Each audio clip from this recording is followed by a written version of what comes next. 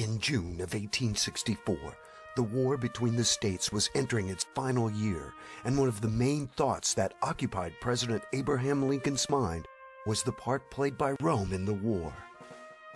Lincoln said repeatedly, "This war would never have been possible without the sinister influence of the Jesuits.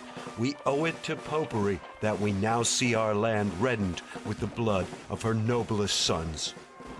This seems to be a strange statement by President Lincoln, considering what is taught today about the war between the states. Nothing is ever mentioned of a religious element in the war, or that the Pope and the Jesuit order were intimately involved. But Lincoln was not the only voice raised in opposition to the Pope's meddling in the affairs of this country at that time. Samuel Morse, the inventor of Morse code, traveled to Europe and Rome in 1830 to do his own investigation into the conspiracies hatched against America. After returning home to the United States, Morse wrote 2 books warning Americans of the threat from Rome. Morse would continue sounding the alarm throughout the 1800s and went to discuss the situation with Lincoln after his inauguration. Samuel Morse, of course, is the inventor of Morse code that was used for many, many years. And Samuel Morse wrote a book called Foreign Conspiracies Against the Liberties of the United States. It was published in 1835. And he shows in that book that the Holy Alliance and the Loophole Foundation out of Austria, controlled by the Jesuits, and the Jesuits themselves were the agents to overthrow the liberties of the United States, the Federal Republic of the United States, and to replace it with a papal centralized government as the Vatican is run. But today, one looks around us to see U.S. presidents and congressmen and women groveling before the Pope. Lincoln's words would seem ironic.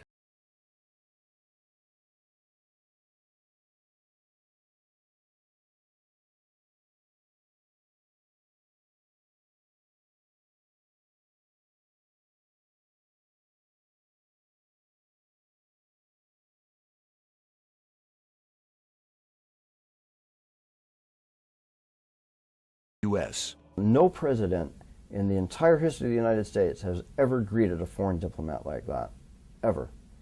They wait until they're brought into Washington or something. They don't go out on the tarmac.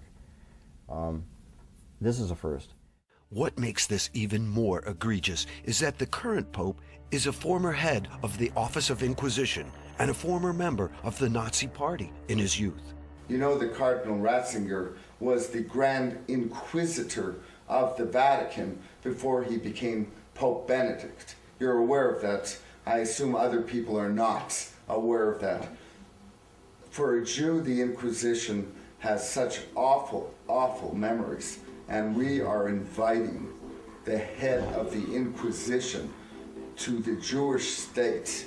I gave a lecture yesterday, and these are the points that I brought up. You don't invite the Grand Inquisitor to Israel. It's that simple. How did we go from a nation on the alert against the Pope and the Jesuits' desire to bring America down to one of accepting them as friends? Simply put, we have sold out. It has not gone unnoticed that several Protestant presidents have attended Mass and taken communion at Catholic churches. Since one cannot take communion at a Roman Catholic service if one is not Catholic, several presidents have misled their supporters into thinking they are Protestant when they are not. Furthermore, those in power are often Roman Catholics outright, so it is expected that they will obey orders from the Pope. From U.S. presidents to kings and queens to religious leaders throughout the world, those in power meet the Pope and bow down to him. Even when President Obama went to the Vatican in July 2009 to discuss the world economic situation, he too bowed to the Pope.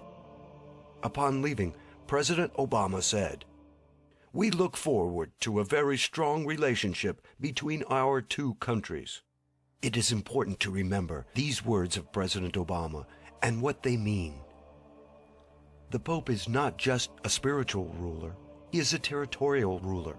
The name of his country since 1929 is Vatican City. The Pope is a monarch. He actually, according to various books, the Pope is the monarch of the world. Not just a religious leader, he is actually a political leader. The Vatican is actually a small area over in Rome whereby the Pope is the ruler of that small area. The actual name Vatican I found very interesting. It actually means worship of the divine serpent. So we find that the very basis of the Vatican, the very word itself, means the worship of serpents.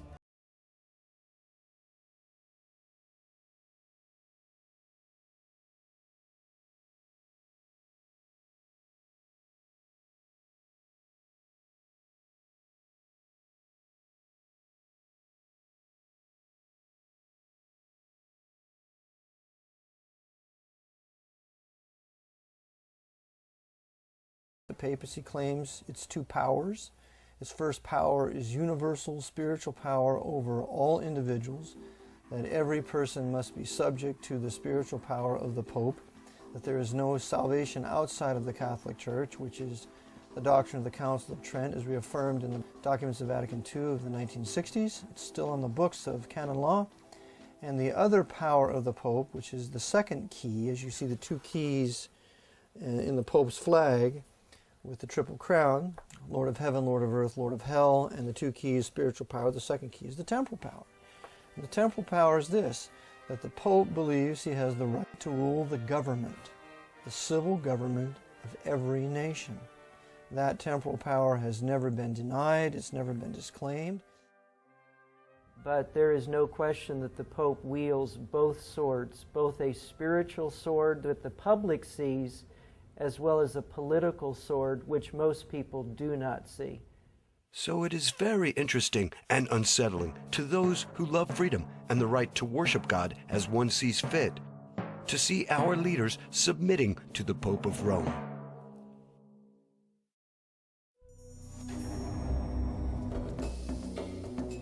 Now let us revisit Lincoln's words. We have discussed the popes and the papacy, but what about the other group Lincoln mentioned? He spoke of the sinister influence of the Jesuits. Who are the Jesuits? Jesuits are a group of people that were raised up right around 1535, 1540. Their leader was Ignatius Loyola.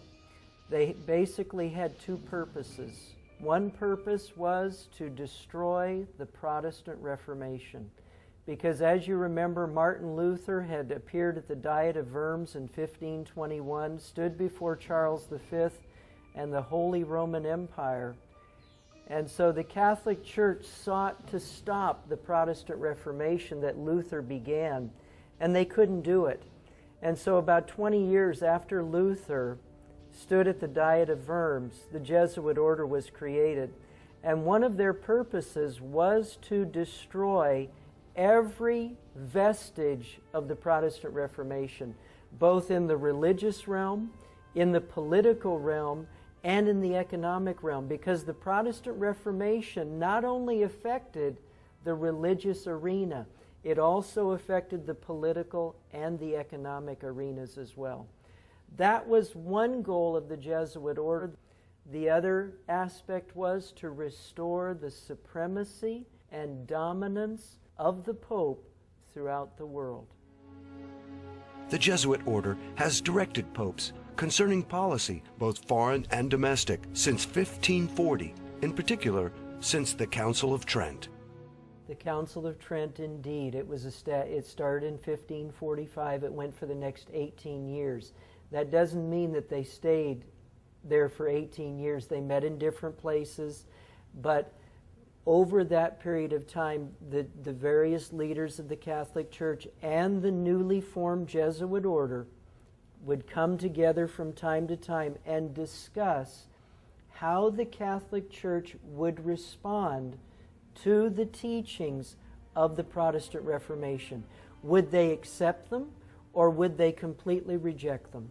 So the doctrines that were being championed at the Reformations, the doctrines of grace, justification by grace through faith, justification by faith alone, sola scriptura, only the scriptures, by grace alone, through faith alone, etc., etc. No baptismal regeneration, that there is only salvation in Christ, that we do not participate in our salvation. It's not a joint effort of man and God, etc., etc., etc. All the doctrines championed by the Reformers were absolutely accursed and condemned and reprobated by the Council of Trent that the Jesuits really oversaw from 1545 to 1563. It was an 18-year council in the town of Trent, Italy, and that is the foundation of what we call the Counter-Reformation. And the Council of Trent laid out the focal point, the direction that the Catholic Church would go for the next 4 centuries. Basically, at the Council of Trent, they decided that tradition and what the church fathers of the Catholic Church taught would continue to be the sole authority in the Catholic Church. Now, of course, there's other aspects of that, other teachings that branch off from that, but that is the basic sum of the Council of Trent, that tradition would still rule the Catholic Church. The anathemas that they have come out with that came from the Council of Trent to destroy heretics, to destroy those who would uphold the Word of God, those still live today. That's correct. The papacy has not rescinded any of the curses set forth in the Council of Trent. In fact, the Council of Trent ends and says, "Accursed be all heretics. Accursed, accursed." Every pope has to swear to uphold the Council of Trent. And if you read the documents of Vatican II, put together by Abbot, it shows you right there that every pope must swear to uphold the Council of Trent, even though in the 60s, when they were calling heretics separated brethren, with that delusion and illusion, they still did uphold the Council of Trent, as well as all the former papal bulls condemning heretics and calling for kings to kill them out of their dominions, like the doctrines of Pius IV. The head of the Jesuits is the Superior General of the Order. He is called the Black Pope. The head of the Jesuit order is the Black Pope. The man who is currently there, he was just recently elected, Nicholas Adolphus. The Black Pope is the head of the Jesuit order. He is called the Black Pope not because he is of African origin, but because he is in the dark. We see the white Pope, we see Pope Benedict XVI, because he's visible and all the world knows who he is. But the Black Pope remains in the dark, behind the scenes, and so few people know he even exists. But that's why he's called the Black Pope, and he's the one who heads the Jesuit order. There is an ongoing war against anyone who resists the power of the Pope. And this war is directed by the Jesuits. This war is not waged openly by the Jesuits. The Society of Jesus moves in the shadows. They infiltrate and get others to do the dirty work of assassination. If armed conflict is needed, they use the army of one nation to bring a disobedient nation to its knees. The Jesuits would do that very thing. They were very intelligent. They're still very intelligent people. What they would do is they would infiltrate, they did it through economics, through the merchants. They would then come in, start teaching. They were very wise people. They would then infiltrate not only into schools, but they then would infiltrate into local government and then rise up to higher government officials. We find that repeatedly in the book by Avril Manhattan called Vietnam, Why Did We Go?, where he talks about how they followed this exact plan throughout Southeast Asia. They did it in Japan. They did it in China. They did it in Korea. They did it in Vietnam. They did it all along the Pacific Rim. Well, eventually what would happen, you would have created Catholic cities where all the people in towns would become Catholics. Well, they would then try to put their Catholic ideals onto the major religious populace of a country. In the Far East, of course, the major religious populace would be the Buddhists. So these Catholics in these countries, these converts to Catholicism, they would try to push their Catholicism on their Buddhist friends. And when the Buddhist friends rejected it, the Catholics would start to use force. Well, then the Buddhists would appeal to the local governments, the state governments, the national governments, and then there would be revolution. It got so bad in Japan that in 1639, the Japanese emperor, he said, no more Catholics, no more Europeans will come to our island again. And that ban stayed there for almost 2 centuries. This happened throughout the Far East and in other countries throughout the world. Why has this assault on the non-Catholic world been ignored by most people, especially Protestant ministers? Billy Graham he didn't protest towards the latter part of his life. For the first part, I think he was solid when he first started. But along around the early 60s, his voice was silenced. Robert Schuller, Paul Crouch, Hal Lindsey, Pat Robertson, James Dobson, all of these men, they're not protesting. What they have become are agents of Rome. I remember back when I was starting my student teaching, I was teaching 7th grade history to young people talking about the Pilgrims and Puritans coming over to America. The book said absolutely nothing about why they were coming to America. And I was just reading, and I've got a book here called the Rothschild Money Trust, and also a book about the Rockefellers, the Rockefeller File by Gary Allen. But these people have set up trusts, and they have rewritten the history books. They have rewritten the history books so that the 7th grade history book that I was teaching out of said nothing about the Reformations. We have to remember that the papacy, specifically the Black Pope, controls all high-level Freemasonry. That includes the Pope's Masonic Jewish Zionists running his Kingdom of Jerusalem.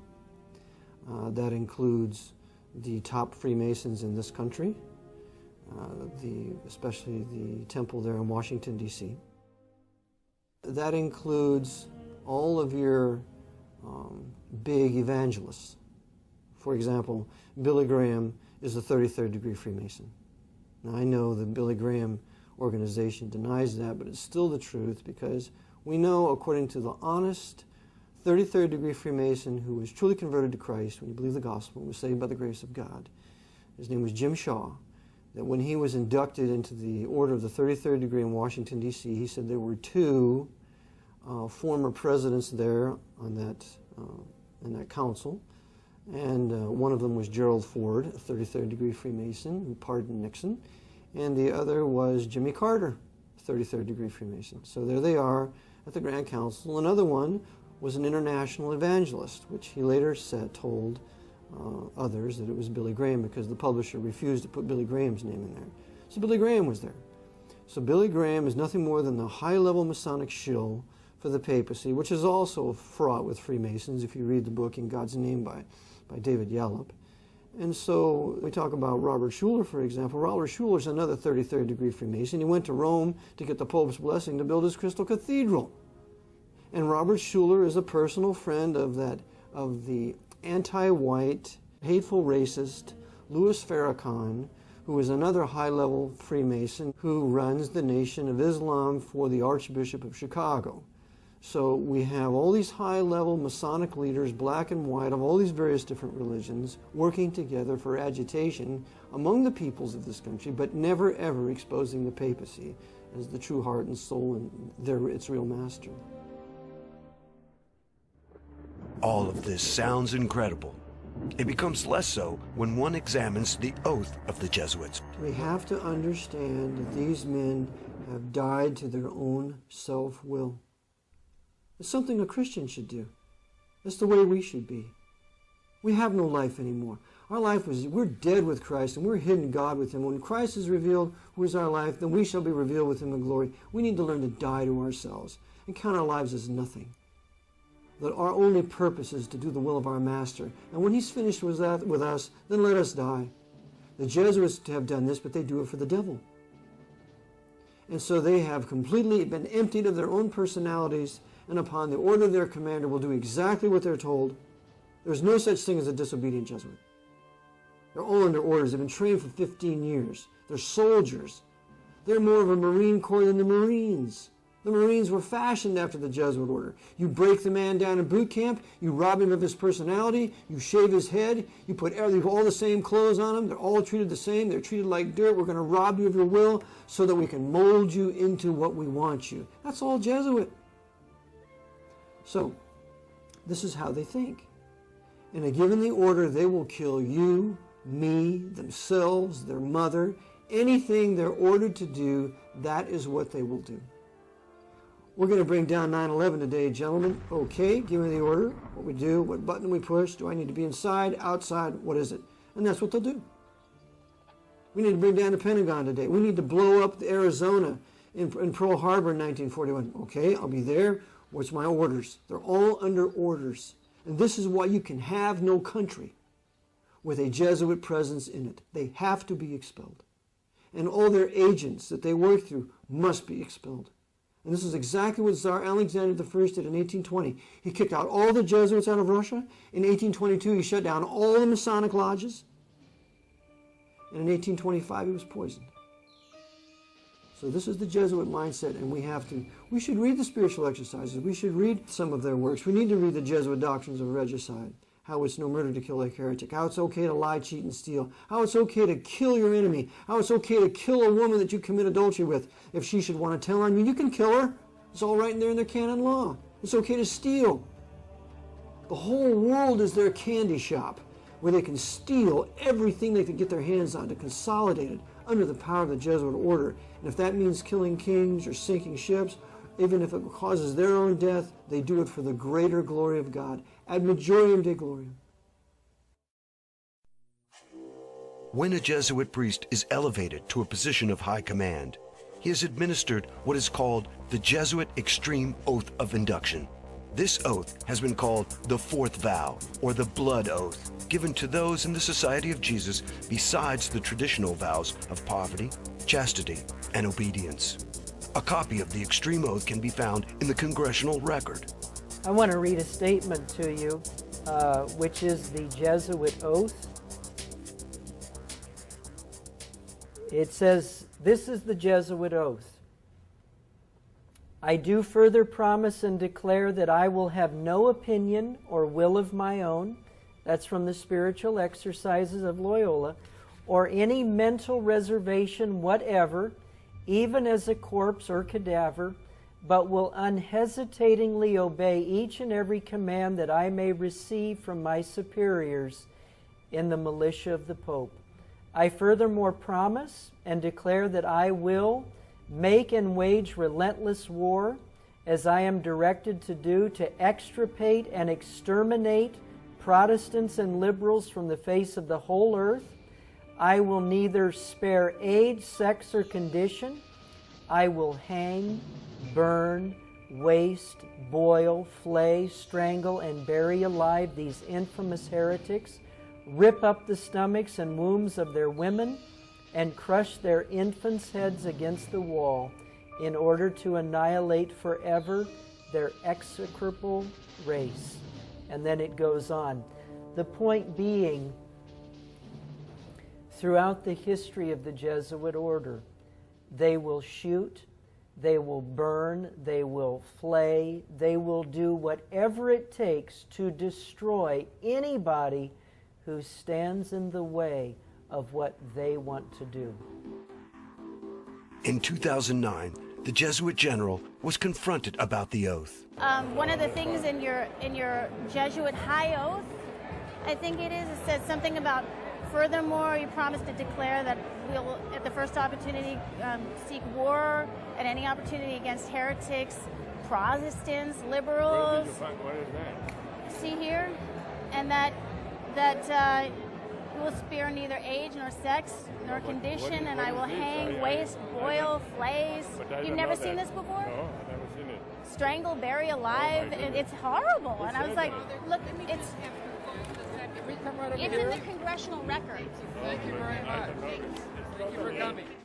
Does the oath and activities of the Jesuit reflect anything Christian? Or is it as Jesus said, "Beware of false prophets, which come to you in sheep's clothing, but inwardly they are ravening wolves"? What else do we know about the Jesuits? They have been thrown out of 83 countries over the last 500 years. That is correct. 83 countries have physically removed them. And why was it necessary to remove them? In a word, power. The Jesuits have throughout history sought to take over and control every country in which they reside. Since their beginning in 1540, the Jesuits' power grew until they controlled the papacy, the Roman Catholic Church, and many of the governments of the world. In 1773, all of that changed. One by one, countries began to expel the Jesuits from their borders. This culminated in the suppression or abolishment of the Jesuits in 1773. In that year, Pope Clement XIV officially disbanded the order forever. This providential act enabled a nation based on religious liberty to be formed, the United States of America.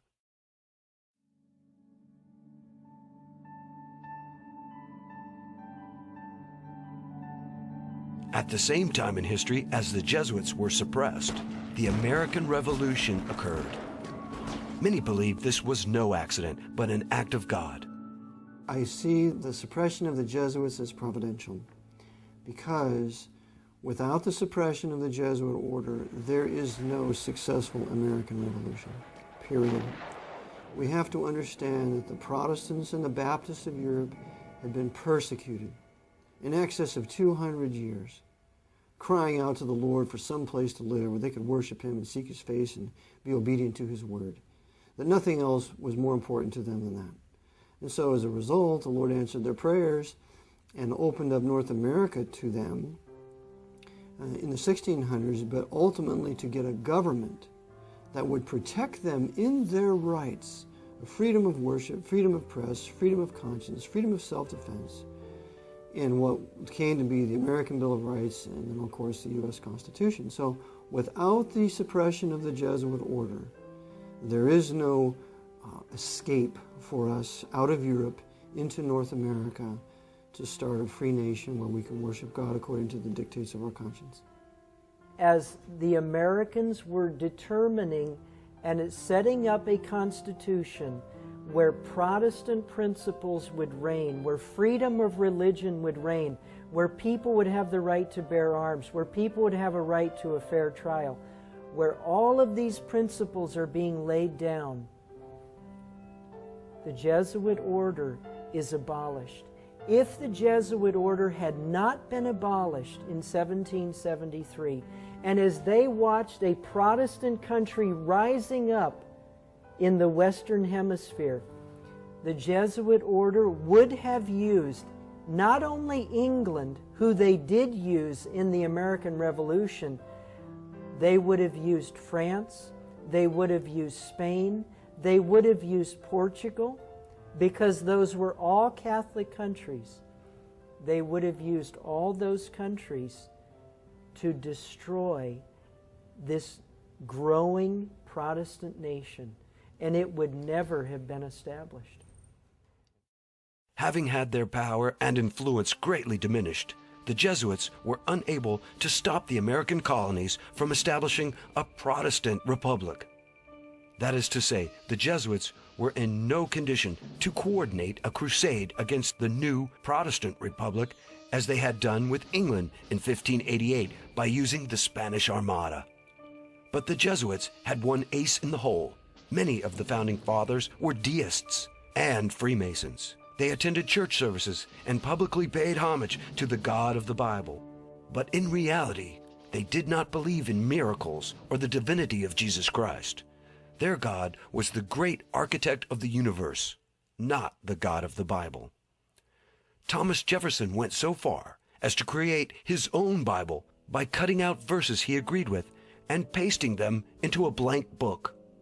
The verses Jefferson believed in were those where Jesus speaks of morality and loving others. Miracles, such as the virgin birth or Jesus' resurrection, were omitted since they were considered fables.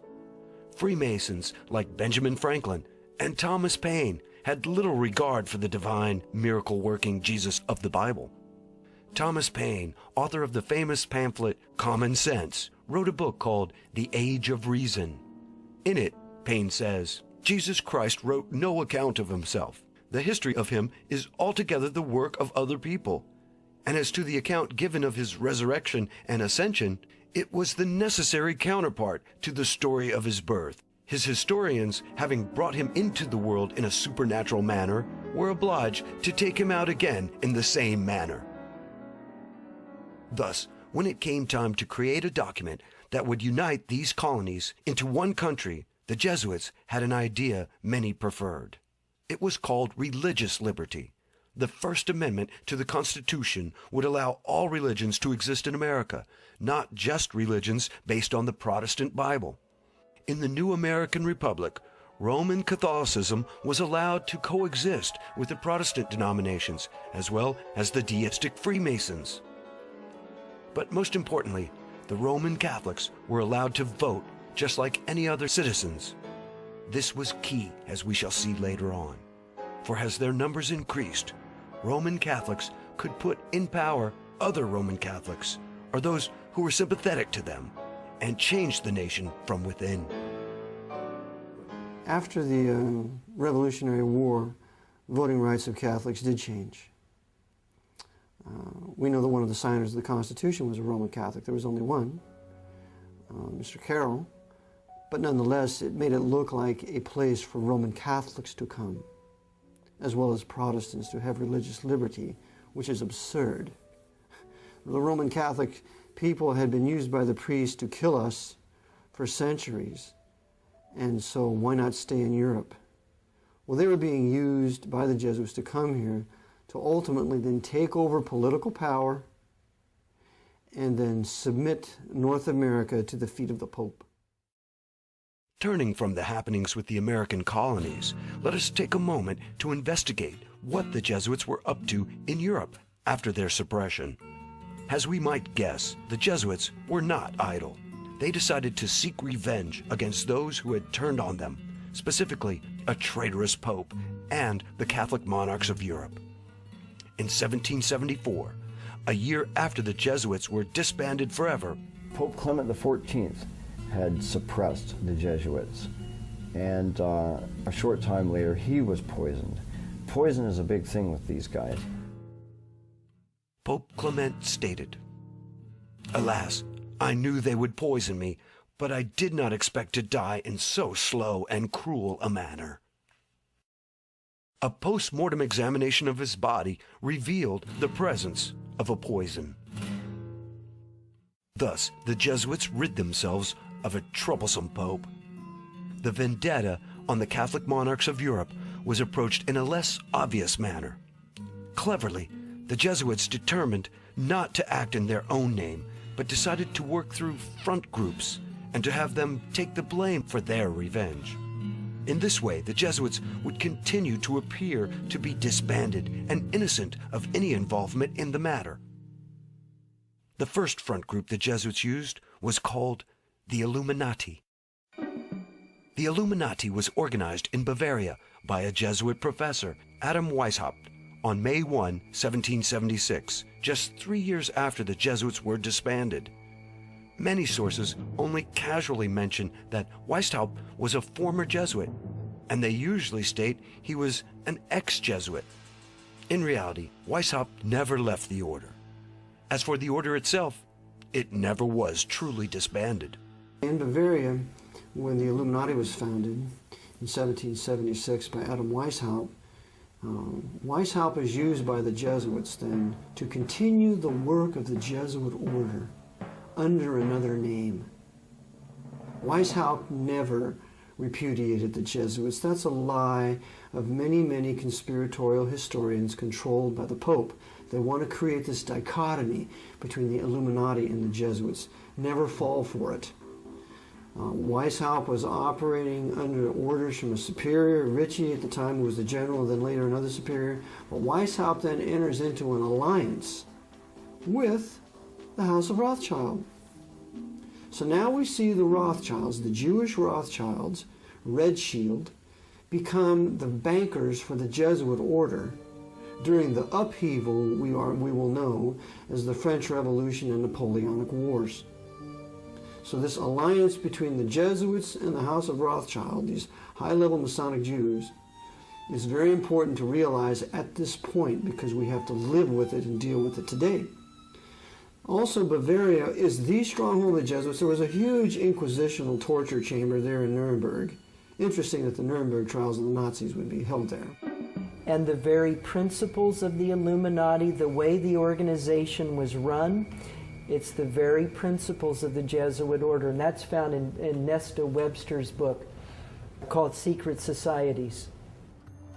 In 1814, Francois Charles de Berkheim reported on Germany's secret societies and stated, "The oldest and most dangerous association is that which is generally known under the denomination of the Illumines, and of which the foundation goes back towards the middle of the last century. Bavaria was its cradle. It is said that it had for founders several chiefs of the order of the Jesuits." Through the Illuminati, the Jesuits sought to take over various powerful secret societies, especially the higher degrees of Freemasonry. If you study all of the different organizations in the world, whether it be the Knights of Malta, the Bilderbergers, the Club of Rome, the Council on Foreign Relations, as you study all these different groups, and the Knights of Malta would be included in that, you find that they are like a buffer behind which the Jesuit order operates. In his book, Proofs of a Conspiracy, John T. Robison wrote concerning the Masonic lodges. At this time, 1798, the Jesuits interfered considerably, insinuating themselves into the lodges. Robison went on to say, "This society is well known to have put on every shape and to have made use of every mean that could promote the power and influence of the order. And we know that at this time they were by no means without hopes of re-establishing the dominion of the Church of Rome in England." And with the Illuminati and the higher orders of Freemasonry, the Jesuits fomented the destruction of the very monarchs who had opposed them, beginning with the French Revolution and later with Napoleon Bonaparte. Well, the French Revolution was launched and waged by the Jesuits using Grand Orient Freemasonry and Scottish Rite Freemasonry in England for the purpose of punishing the Roman Catholic monarchs of Europe, taking back the Vatican Empire from the Pope, tearing away the colonies from England, Protestant England.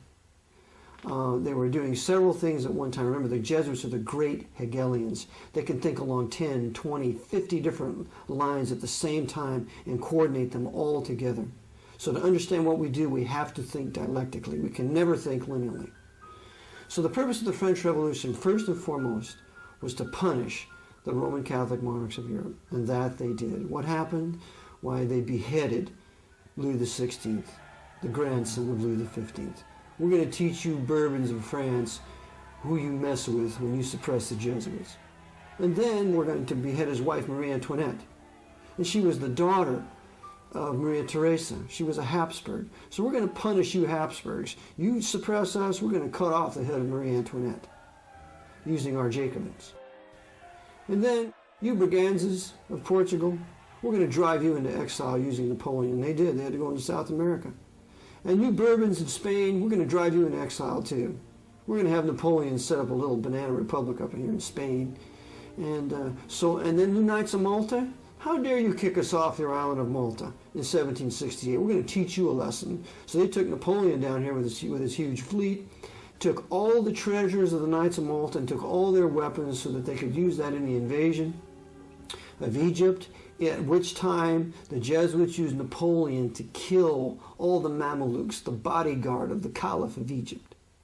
So now they're waging war against Islam like they are today.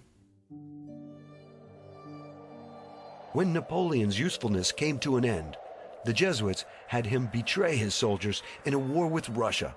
Like many of the founding fathers of America, the French soldiers were very nationalistic, and they would be a problem in the future plans of the Jesuits. After his defeat in Russia, Napoleon was forced to abdicate.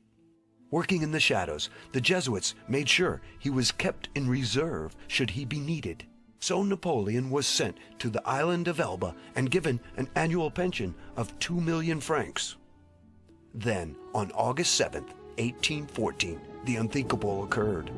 Pope Pius VII restored the Jesuit order. The Jesuits were revived in 1814 with the papal bull by Pope Pius VII, which brought them back into existence. The suppression of the Jesuits was to last forever. It only lasted 41 years. Former U.S. President John Adams wrote to Thomas Jefferson in 1816 about the rebirth of the Jesuits and the danger they posed to America. Adams stated plainly, "I do not like the resurrection of the Jesuits. They have a general now in Russia, in correspondence with the Jesuits in the United States, who are more numerous than anybody knows.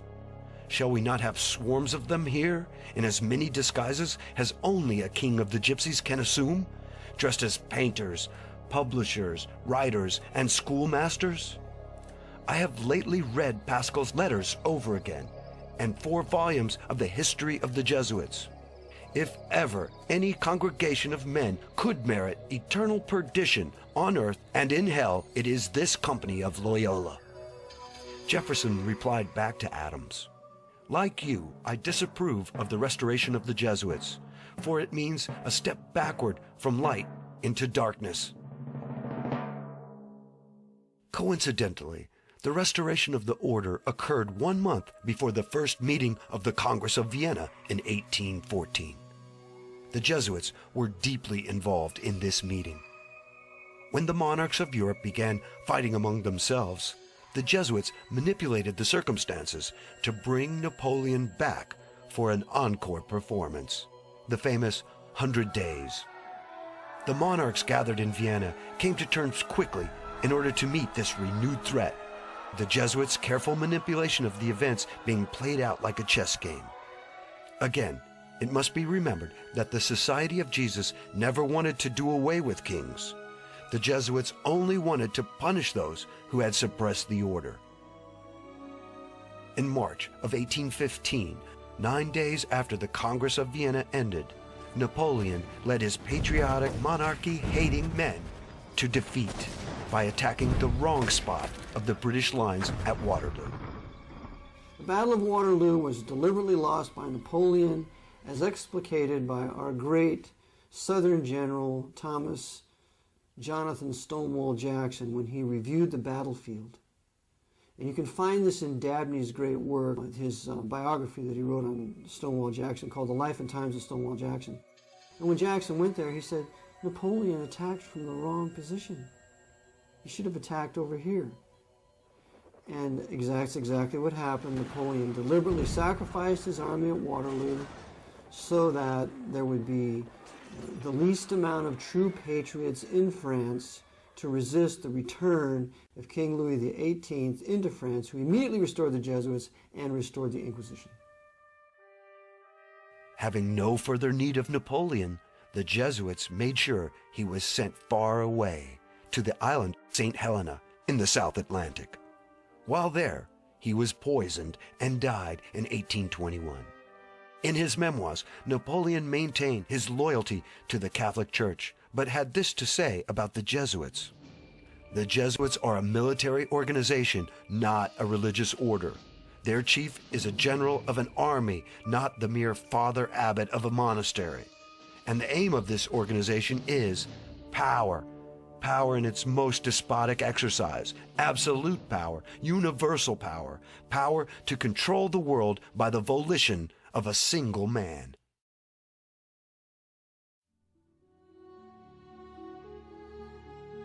We have stated that the Jesuits were deeply involved in the Congress of Vienna. Ostensibly, this meeting of the monarchs of Europe, under the direction of the Jesuits, was for the purpose of reorganizing Europe, restoring the balance of power, and discussing the creation of a federation of Europe. According to author Burke McCarty, the Congress of Vienna and several other secret meetings were in reality black conspiracy against popular governments. After the Constitution is signed, Protestant principles are put in place in the United States. You go into the early 1800s, the Napoleonic Wars are being fought in Europe, in Russia, but finally the Napoleonic Wars have stopped. All of the monarchs of Europe convene in Vienna, Austria. The man who headed it was Clemens von Metternich of Austria. Russia was there, England was there, France was there. They all came there to Vienna to decide on a big problem in the world. There were governments of the people, by the people, and for the people that were being established. And these monarchs of Europe and the Pope himself, Pope Pius VII, and the newly formed, reestablished Jesuit order in 1814, they all came together and they said, if we don't destroy these free popular governments, eventually the principles of those governments will destroy us. So at the Congress of Vienna, it was voted that they would pursue the destruction of any free governments in this world. And in 1814, the one government that was the thorn in their side was the United States of America. 8 years after the Congress of Vienna, the same parties met in Verona, Italy, for a second meeting to discuss the United States of America and the threat of popular governments. For posterity's sake, on April 25, 1916, Senator Robert L. Owen of the United States Congress entered into the congressional record the secret Treaty of Verona that was signed by the monarchs of Europe. These kings of Europe, under the control of the Pope, called themselves the Holy Alliance. The first article stated, "The high contracting powers engage mutually in the most solemn manner to use all their efforts to put an end to this system of representative governments." The third article gave special thanks to the Pope for what he has already done for them and solicit his constant cooperation in their views of submitting the nations. Now, the Treaty of Verona was an agreement between the Catholic monarchies of Europe and the Vatican to destroy the concept of representative government worldwide. Samuel B. Morse shows conclusively that Metternich and the Jesuit order and Pope Pius VII, they all agreed that the way that they would destroy the United States would be by sending as many Catholic immigrants to the American shores as they possibly could. So thousands and thousands of Catholics were sent to the United States. Thousands and thousands of Catholic priests and many Jesuit coadjutors were sent to America to take over and destroy this government. The treaty was signed on November 22, 1822, in Verona, Italy, by Metternich of Austria, Chateaubriand for France, Bernstedt for Prussia, and Nesselrode for Russia. After reading the secret treaty, Senator Owens pointed out that the threat under the secret Treaty of Verona to suppress popular governments in the American republics is the basis of the Monroe Doctrine. This secret treaty sets forth clearly the conflict between monarchical government and popular government, and the government of the few as against the government of the many. Because of the congresses at Vienna and Verona in 1814 and 1822, there was an English statesman who was at both of those meetings. His name was Lord George Canning. And in Burke McCarty's book called The Suppressed Truth About the Assassination of Lincoln, it says in there that George Canning warned the United States government as to what was going on. Canning was in contact with a man by the name of John Quincy Adams, who was a congressman at that time.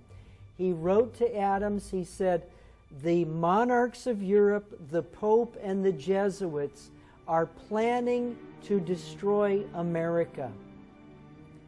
Quincy Adams took the information to the president at that time, a man by the name of Jim Monroe. We know him as James Monroe. James Monroe took the information, wrote to a former president who was still alive at that time. The man's name was Tom Jefferson, who was in retirement at Monticello. Jefferson wrote back to Monroe and he said, "This is the greatest affront to America since the Revolution." He said, "We need to do everything we can to oppose and stop this holy alliance set up by the monarchs of Europe, the Pope, and the Jesuit order."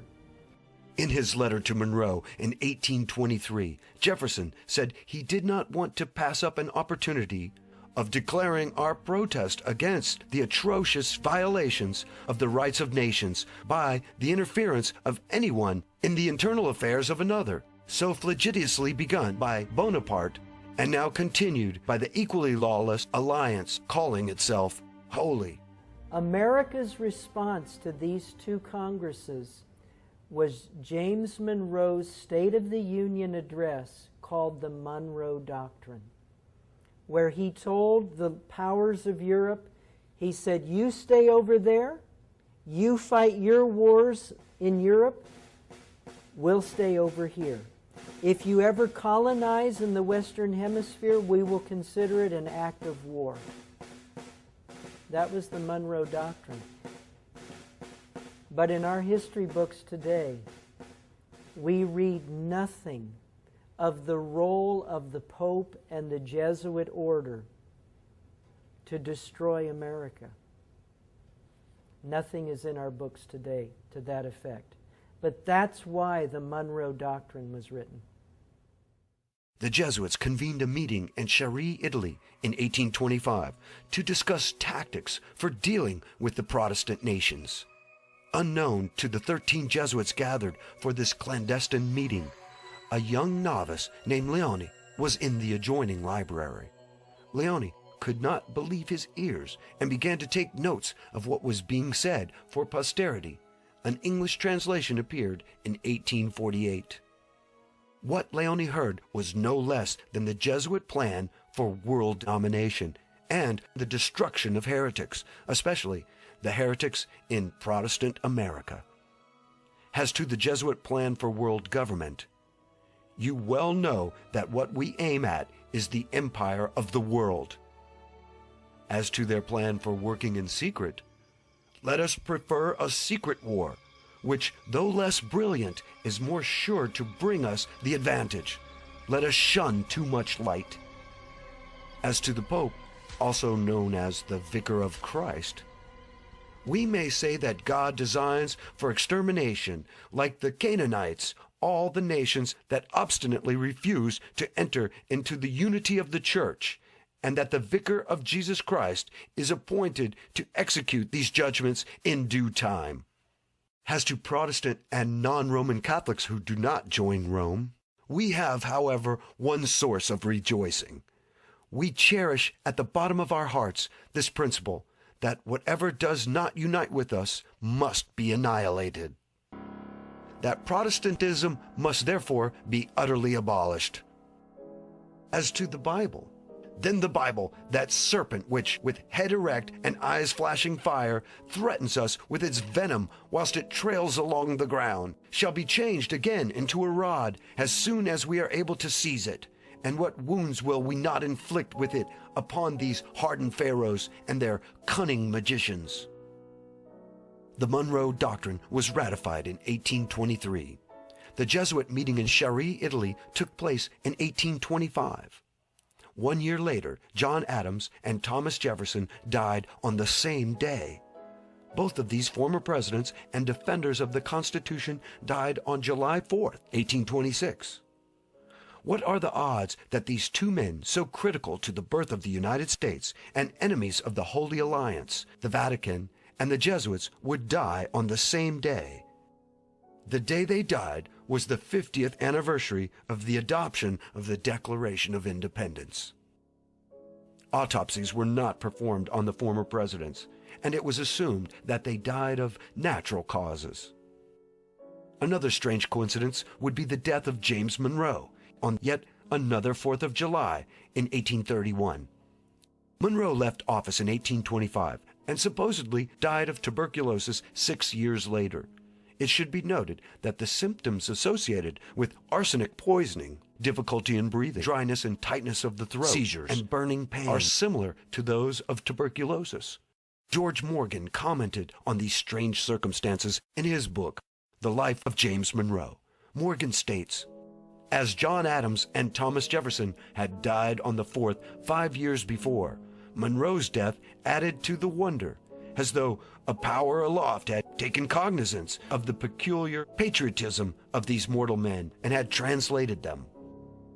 Is it possible that the power aloft was not from heaven and was not benign? Perhaps this power was not looking at the nationalism and patriotism of these men with joy as much as with a vengeful eye, as the Jesuit oath clearly states. A Jesuit vows to make and wage relentless war, secretly or openly, against all heretics, Protestants, and liberals, as I am directed to do, to extirpate and exterminate them from the face of the whole earth. That when the same cannot be done openly, I will secretly use the poison cup, the strangulation cord, the steel of the poniard, or the leaden bullet. Others have even pointed out George Washington's sudden death in 1799 as very suspicious. There is evidence that the Jesuits assassinated a few American presidents before the war between the states. The first president they assassinated was George Washington. He was poisoned with anthrax. One of his 3 attending physicians was behind that poisoning. Remember, from the day he took sick to the day he died was a mere 2 to 2.5 days, according to Headley's great work, The Life of Washington. So he was murdered.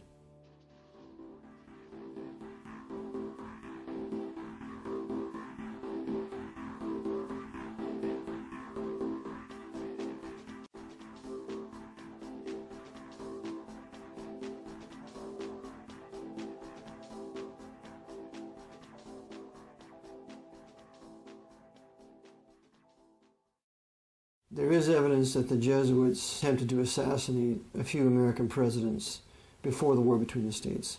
The first president they assassinated was George Washington. He was poisoned with anthrax. One of his 3 attending physicians was behind that poisoning.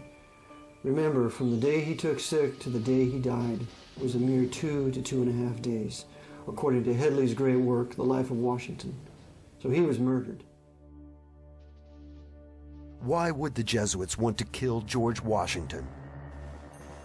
Like Jefferson, Adams, and Monroe, Washington was first and foremost a nationalist and warned against foreign influence. He promoted a policy of neutrality and the avoidance of European alliances. Washington repeated his isolationist policy in his farewell address that was published in newspapers throughout the country. Washington wrote, "It is our policy to steer clear of permanent alliances with any portion of the foreign world." Besides this admonition to avoid foreign alliances, Washington loudly declared America should keep itself free from foreign influence.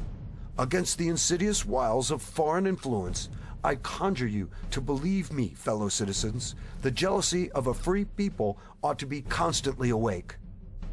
In addition to these publicly expressed opinions, Washington had acted swiftly to put down the Jacobin-inspired Whiskey Rebellion in 1793 with 15,000 troops. Instigating the rebellion was the French ambassador Edmond Guinet and the revolutionary Democratic clubs that had sprung up in America. Guinet and the Democratic clubs were linked to the Jacobin clubs in France. In her book, World Revolution, Nesta Webster states, "These Jacobin clubs were organized by the Revolutionary Committee under the direct inspiration of the Bavarian Illuminati." The Jesuits created the Illuminati and were thus working through the Democratic clubs in America. Washington never realized he was taking on the Jesuits when he crushed the Whiskey Rebellion. John Adams became president after Washington left office. During John Adams' administration, war with Illuminati-controlled France was averted, but Washington made it known he would not resist a call from Congress to assume command of the army. Furthermore, Washington endorsed the passage of the Alien and Sedition Acts that were designed to protect the United States from the extensive French Jacobin conspiracy. It is therefore no wonder that the vengeful eye of the Jesuits was focused on George Washington. After leaving office in 1797, Washington lived only 2 years and 9 months. From the onset of his illness in 1799 to his death was a mere 2 days. As with Monroe's death, the symptoms leading up to Washington's death were difficulty in breathing, tightness of the throat, and burning pain. Washington was only 67 years old when he died. Like Jefferson, Adams, and Monroe, there was no autopsy with Washington's death. However, the Jesuits made sure they had a servant on hand, Tobias Lear, to carefully plant the story that Washington had neglected to take off his wet clothes after coming in from his day of riding about his farms in snowy weather. Washington had taken cold, undoubtedly from being so much exposed the day before, and complained of a sore throat. Lear said this even though Washington explicitly told him that his great coat had kept him dry. According to Lear, we are to believe that George Washington, who survived the hardship of a winter at Valley Forge and other severe winters, did not know how to take care of himself in bad weather. The more likely truth is that Washington had opposed the plans and schemes of the Society of Jesus and was assassinated.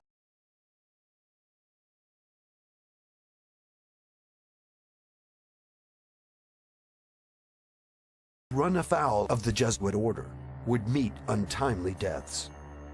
For instance, the short presidency of William Henry Harrison. Harrison had been elected president on March 4, 1841. He would serve as president for only 35 days. At the end of March, the newly elected president came down suddenly with an illness and died.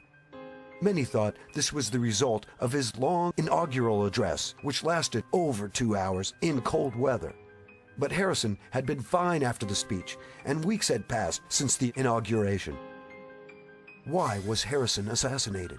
One only has to go to his inauguration address to find the main reason.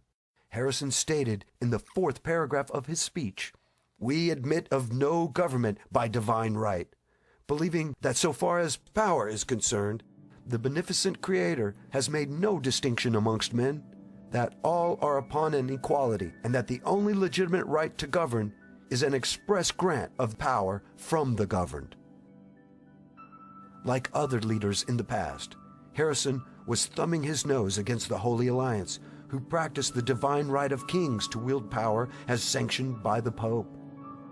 Harrison was also unwilling to accept Texas, a slave territory into the Union, which ran against the Jesuit plan of using the slave issue to agitate and divide the northern states from the southern states. Unlike Adams, Jefferson, and Monroe, the Jesuits did not wait for the 4th of July to eliminate the heretical President Harrison.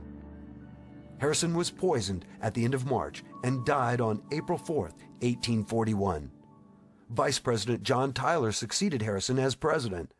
The annexation of Texas was accomplished in 1845 under the watchful eye of the new president. Another president who died suddenly in office was Zachary Taylor. Taylor was elected president in 1848. Taylor was a Southern slaveholder who did not want to see slavery extended to any more areas of the country. Like Washington, Taylor was devoted to the Union of the American states, was very popular, and was a military man. Another crisis over slavery occurred by the Jesuits in 1850. A compromise was being pushed to avert a split in the Union. Taylor did not like the compromise being worked out in Congress. On July 4th, 1850, Taylor attended the groundbreaking ceremonies for the Washington Monument. He was fine upon returning back to the presidential mansion. Then he became ill after eating some raw fruit that some say was a bowl of cherries. A violent fever came upon him. Senator Benton commented that the violent attack commencing soon after his return to the presidential mansion. Old Rough and Ready frustrated his assassins and managed to fight the poison for 5 days and avoided the 4th of July curse. President Taylor died on July 9th. The Jesuits removed a strong, unifying leader and replaced him with a more malleable president in Millard Fillmore. Fillmore signed the compromise in 1850, just 2 months after Taylor's death.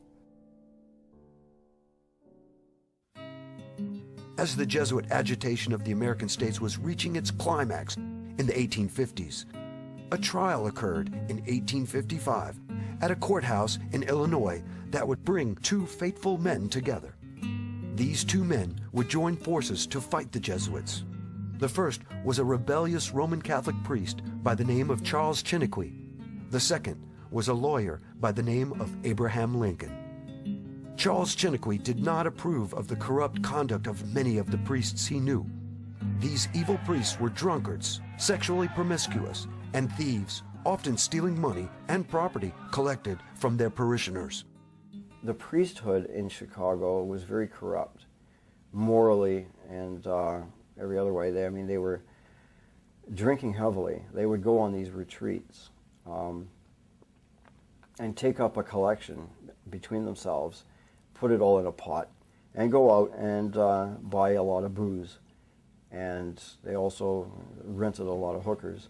Apparently there was a lot of sexual deviance going on at the time as well. And he didn't like that, though, and he tried to change it. He quoted exclusively from the Bible, and his bishop just could not tolerate that.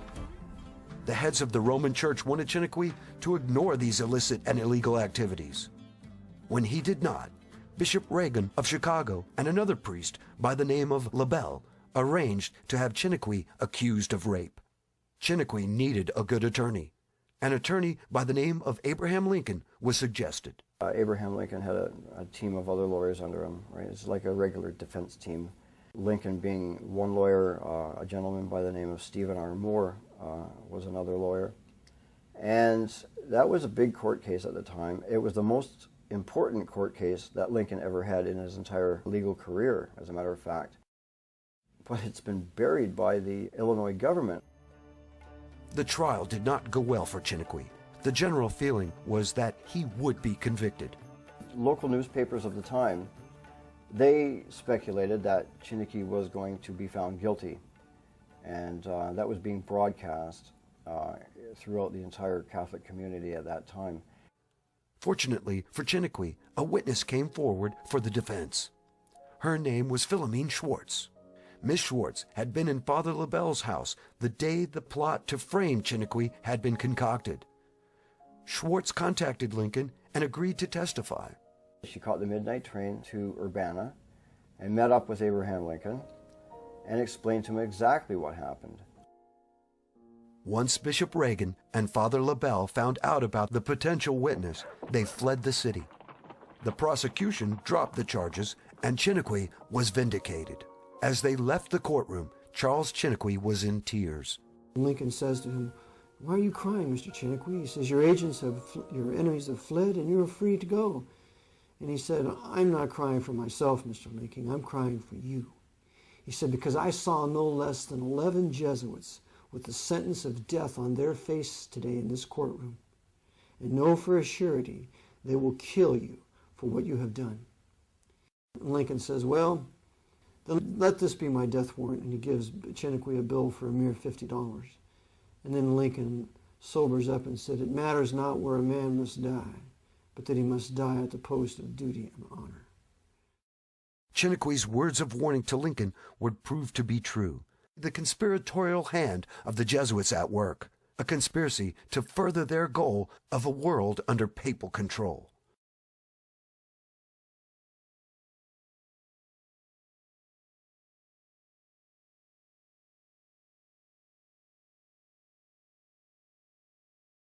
After Charles Chiniquy's trial, by 1860, agitation between the North and the South was so great that many of the Southern states decided to leave the Union over Lincoln's election. This agitation was designed from the beginning to drive a wedge between the North and the South and bring about a war that would result in the death of countless Protestants, clearing the way for the Jesuits to reconstruct America into a tool of conquest.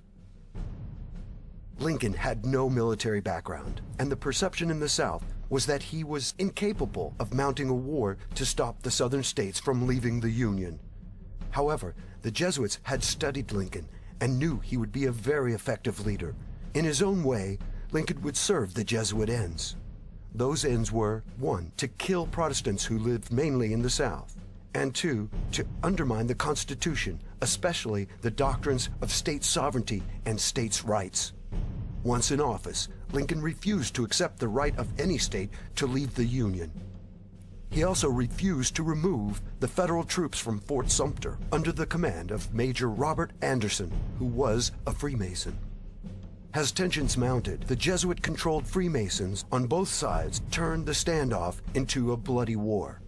It's no coincidence that General Beauregard, a Roman Catholic Freemason, fired the first shots at Fort Sumter, and it's no coincidence that a Presbyterian Protestant Freemason incited those shots to be fired when he sent down the Star of the West to reinforce Fort Sumter, and that was Mason James Buchanan.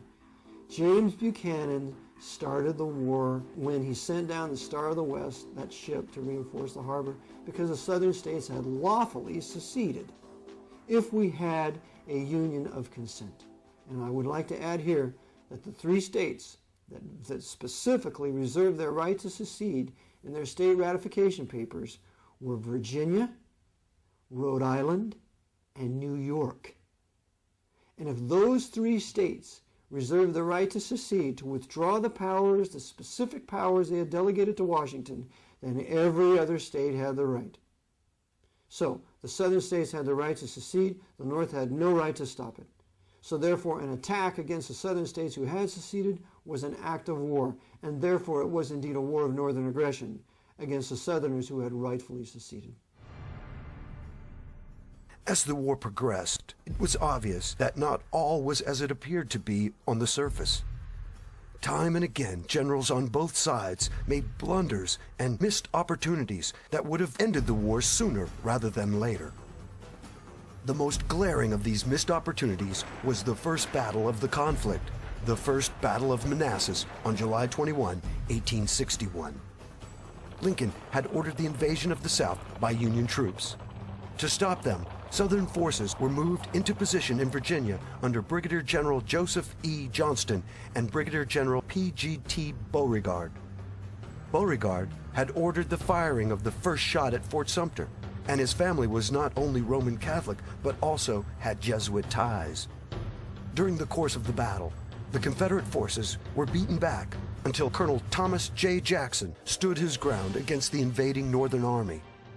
Stonewall Jackson's heroic stand paved the way for the routing of the invading Union forces that soon withdrew towards Washington, D.C.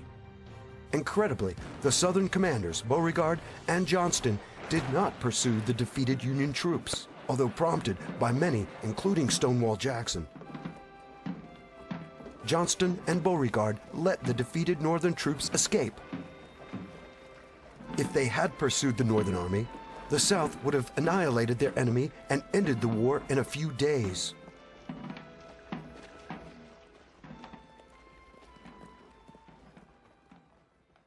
Along with Johnston and Beauregard, there were other Southern generals who seemed, at times, to be working against the South. Take, for instance, the legendary Robert E. Lee.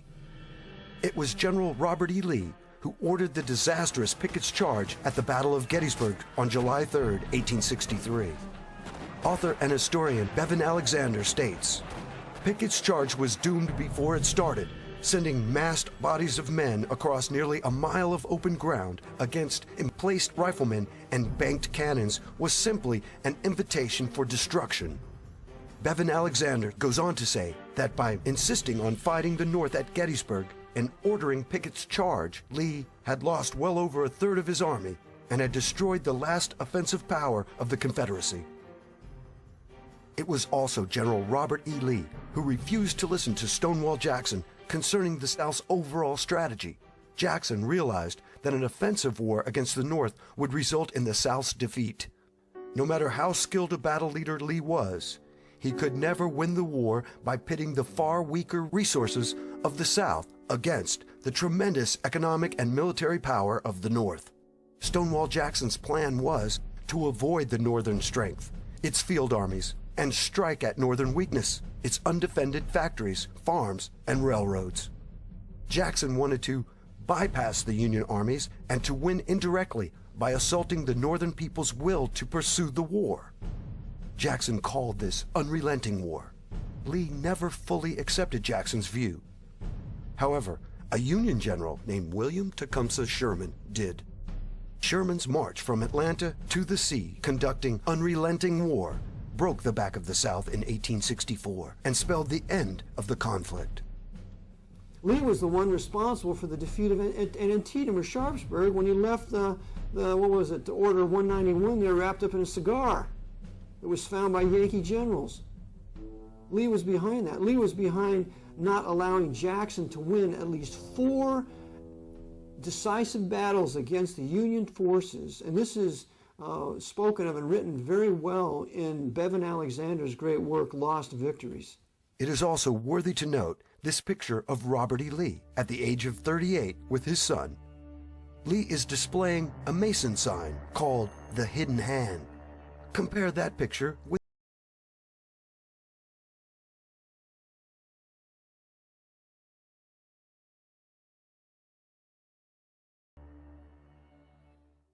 that the Jesuits had infiltrated Freemasonry in the late 1700s and had taken control of the leadership of this secret society was unknown to Freemasons serving in both the Northern and Southern armies. Essentially, all Freemasons were serving the Jesuits and the Pope. Besides Lee's inactions and blunders on the battlefield, as well as those of other Confederate generals, a case can be made that the South's greatest general, Stonewall Jackson, was murdered during the 4-day Battle of Chancellorsville, Lee being an accomplice. Jackson brings forth his plan to Lee how to flank Hooker's army, and then we can attack him from the rear. And Lee says, well, go ahead. Instead of saying, praise God, yes, if we can defeat Hooker, we can then march across the Potomac to Washington, because that's all it would have taken. We were this close to keeping our liberty. But because Lee is in cahoots with Hooker, and there are Jesuits who are observers on the battlefield, as there were at Gettysburg, an arrangement is made between Lee and A.P. Hill, because A.P. Hill hated Jackson's guts. Jackson had A.P. Hill arrested. This is General A.P. Hill. General Jackson had General A.P. Hill arrested for insubordination, and Hill hated him for it. And so this was Hill's chance to get back. So Hill happens to have a subordinate general underneath him, who then will be used to fire upon Jackson. So Jackson, as he arranges his soldiers as they've flanked Hooker, and he tells them, whatever you do, do not stop. You march right through the federal camp. Well, what happens is A.P. Hill's general stops the whole movement. So everything is almost thrown in disarray, and finally this guy's convinced, let's just keep going on. So by this time they're losing valuable time. Still, it was a rout, but it wasn't a defeat like it could have been. And Jackson realizes that something's very wrong. He is now betrayed by A.P. Hill, and he's betrayed by this other subordinate. So in the evening, Jackson is reconnoitering, trying to see what should be done, and he's fired upon by his own troops. And I show in my book that it was a conspiracy because some of the people there, Jackson didn't know who they were. They were Confederate officers, and Jackson never seen them before. So Jackson is wounded, but it's not mortal. He's bleeding, but he's bleeding severely. But what happens is that Major McGuire, the doctor, is called to his assistance. Well, the doctor then takes him off the way from the battlefield and amputates the arm, and his left arm, and Jackson is beginning to recover, but Lee orders him to be taken away from the battlefield by this doctor. And Jackson said, our men need our doctor. Why deprive our hurting, dying men of this valuable doctor? I'm getting better. But oh no, Lee gives the order to go to Guinea Station, take Jackson with you. And so Jackson is being taken there, and he's beginning to recover, and he's talking to the doctor, when can I get back, and so on. Well, the doctor gets him to Guinea Station and takes him away from the main house and takes him out to this little shack where only the doctor and he are allowed to be. And it's there that this dirty Freemason, Hunter McGuire, poisons Jackson, I believe, on about a Wednesday or Thursday. And then Jackson's wife is able to come and she sees him, but Jackson's not well. His arm it's the famous picture of him where he's had his arm amputated, but you really don't see it. The sleeve is still there. But he's been poisoned for the first time. And then Friday or Saturday, he's given the final poisoning, and he can't survive. And so the doctor poisons him, and his wife Julie is pleading for him. Doctor, isn't there any more you can do for him? And so he dies. And with the death of Jackson, the poisoning of Jackson, then this very same wicked Hunter McGuire poisons Jackson's right-hand man, who's also a preacher, Sandy Pendleton, Colonel Pendleton. He poisoned him too. So the Jesuits are busy using this doctor to get rid of the true Southern Confederate leadership, Lee being a party to all of this. Like many others, Stonewall Jackson was getting in the way of Jesuit plans and had to be eliminated. At this point, we should take note of a man by the name of James Clark. Clark graduated from West Point in 1829. After graduation, Clark was assigned to Louisiana. After a year of service, James Clark resigned his commission and converted to Catholicism. In 1844, Clark would become the first West Point graduate to join the Jesuits. Clark went on to teach mathematics and science at Georgetown University, and he became the president of Holy Cross. It was said that Clark took a lively interest in the doings of his former classmates. And just who were his former classmates? None other than Robert E. Lee and Joseph E. Johnston.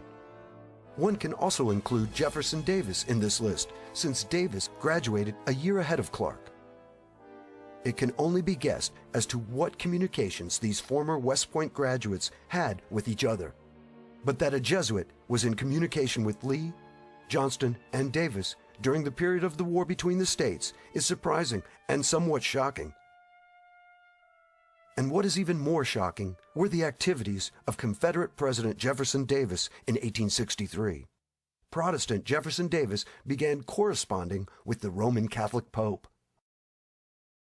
Pope Pius IX, who was completely in the hands of the Jesuit order at this time, because he was not in their hands when he first became Pope. He writes a letter to Jefferson Davis, acknowledging him as the President of the United States. After the Battle of Gettysburg, there was a lot of correspondence that took place between the Davis government and the Vatican, the Davis government appealing to the Pope for official help and recognition, which Pope Pius IX eventually did give him. Davis was no stranger to Roman Catholicism. He had entered the Dominican-operated College of St. Thomas Aquinas near Springfield, Kentucky, for 2 years. He was the only Protestant student at the school. Interestingly enough, the young Davis sought to become a Catholic, but was encouraged to remain Protestant. One must ask, why would the Roman Catholic Church turn down a convert? Did the Roman Church have plans for Davis that would be better served with him remaining a Protestant? After the war, Davis was sent a portrait of the Pope. Such a gift, said a great niece, was never before conferred on any but crowned heads. General Lee also had his own picture of Pope Pius IX, noting that the Pope was the only sovereign in Europe who recognized our poor Confederacy. Such was the attitude of these leaders of the Confederacy. Men who were easily fooled, or who were willingly playing along with the Jesuits' plan. It was these men who led the Protestants of the South into a war that they had no intention of winning. Shades of Korea, Vietnam, and the Gulf Wars come to mind. It should be remembered that for all of its posturing and open statements of support for the South, the papacy was really not on the South side at all. The open but false policy of Rome was that the Pope was on the side of the South. And Chiniquy falls for this delusion in his book, unfortunately. The secret but true policy of Rome was that Rome was completely on the side of the radical red Republicans in the North. Stevens, Sumner, Bingham, the list goes on and on. So, because of this, the Jesuits made a show that they were behind the South to create more animosity on the part of the Northern Protestants against the Southerners of the South, because the Pope's against us by siding with the South. When in fact, we wanted the utter annihilation of the Southern Protestants. Now let us turn our attention to the Union Army. What was true with the Southern generals, Lincoln, to his dismay, discovered was also true with his Northern generals. They had allegiances to others besides the Union and Lincoln. General George McClellan failed to employ his vastly superior forces to defeat Confederate General Lee on numerous occasions, the most famous of which was at the Battle of Antietam. Historian James M. McPherson has pointed out that the 2 corps of troops McClellan kept in reserve were in fact larger than Lee's entire force. The reason for McClellan's reluctance to put his reserve into the fight was that, as in previous battles, he was convinced he was outnumbered. It should also be pointed out that McClellan was a Freemason. The question has to be asked, who was McClellan really listening to, Lincoln or the Jesuit superior general? Earlier, we noted General Lee's disastrous orders to General Pickett at the Battle of Gettysburg. At the same battle, Union General George Meade allowed General Lee to escape. Meade was a Roman Catholic. And after Gettysburg, Lee is allowed to escape because a Jesuit then rides into the camp of Roman Catholic General Meade. And Roman Catholic Meade refuses to pursue Lee's army and captures only one gun, when the South could have been defeated right then and there would not have been the rape, pillage, and plunder from 1863 to 65. There would not have been the destruction of General Sherman from Atlantis to Savannah. There wouldn't have been the burning down of Protestant Columbia. The 4 Protestant states of the South that were to be destroyed and plundered were Georgia, North and South Carolina, and Virginia. Those are the states that were plundered. New Orleans was under Butler the Beast, but Roman Catholic Louisiana was not persecuted. But it was those 4 key Protestant southern states that were made war upon. That would not have happened had Lee not been allowed to escape. And Chiniquy writes of this in his book when the Jesuit rode into the camp and spoke to Meade.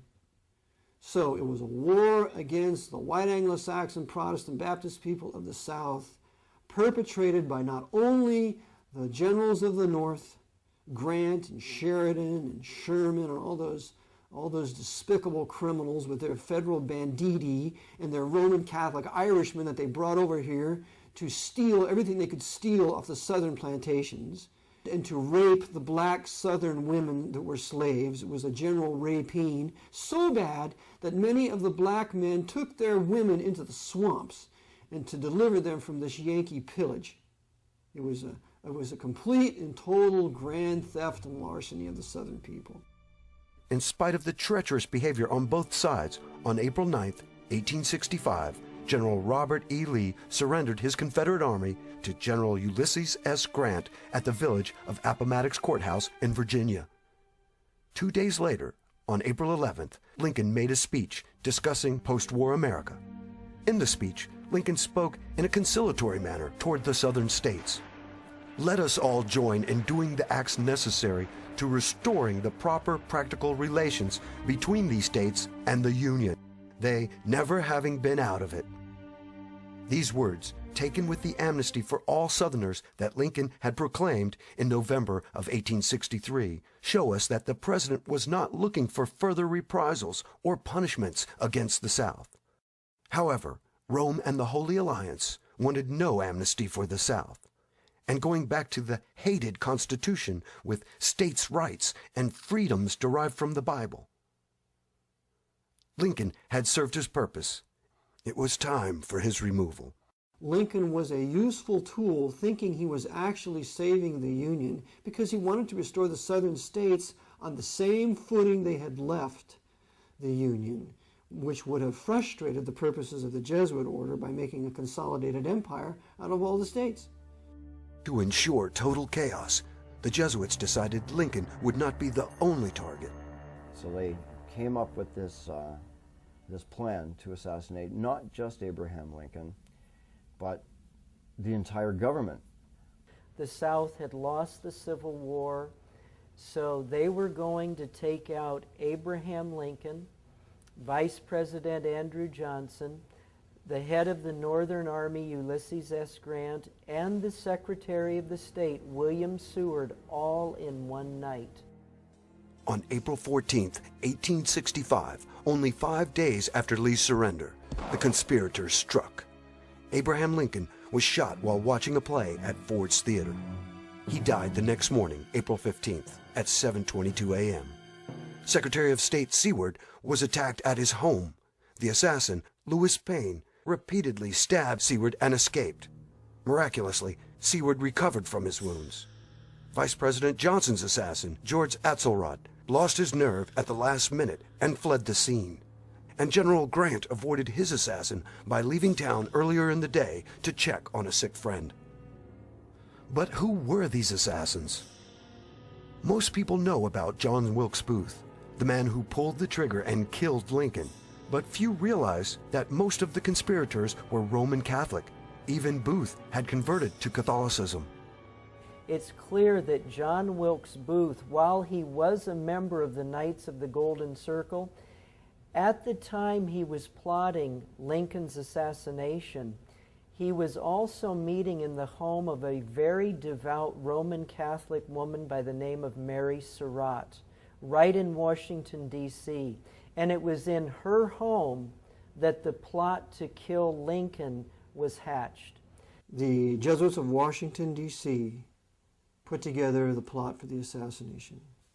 The Jesuit power behind that plot was Bernardin F. Wiggett. Jesuits, under the stream of an induction, they were not directly to be involved. They only were the elements, the intellectual element that will prepare this. The case of Abraham Lincoln. Abraham Lincoln, the president, was killed by the Jesuits of Rome, but there was no a Jesuit there involved directly. Nevertheless, was the Jesuit who prepared the plot against his life and prepare and train those who were to kill him. They arranged it. Yes. To be sure, the assassins were also Southerners, but they were first and foremost Jesuit assassins and agents of the foreign dictator called the Pope. Among the conspirators was Mary Surratt's son, John Surratt. His tale leads to the very doors of the papal palace in Rome. 4 of them were eventually hung, and the rest were sent to prison for various lengths of time. Booth was killed in a barn, but the story around Surratt is absolutely amazing. Surratt, after the assassination, John Surratt escaped to Canada. Now, the southern government had a kitchen cabinet based in Montreal. So that's the first place he went, was to Montreal. And who's in Montreal to meet this Surratt was 2 priests. And they squirreled him away for about 6 months.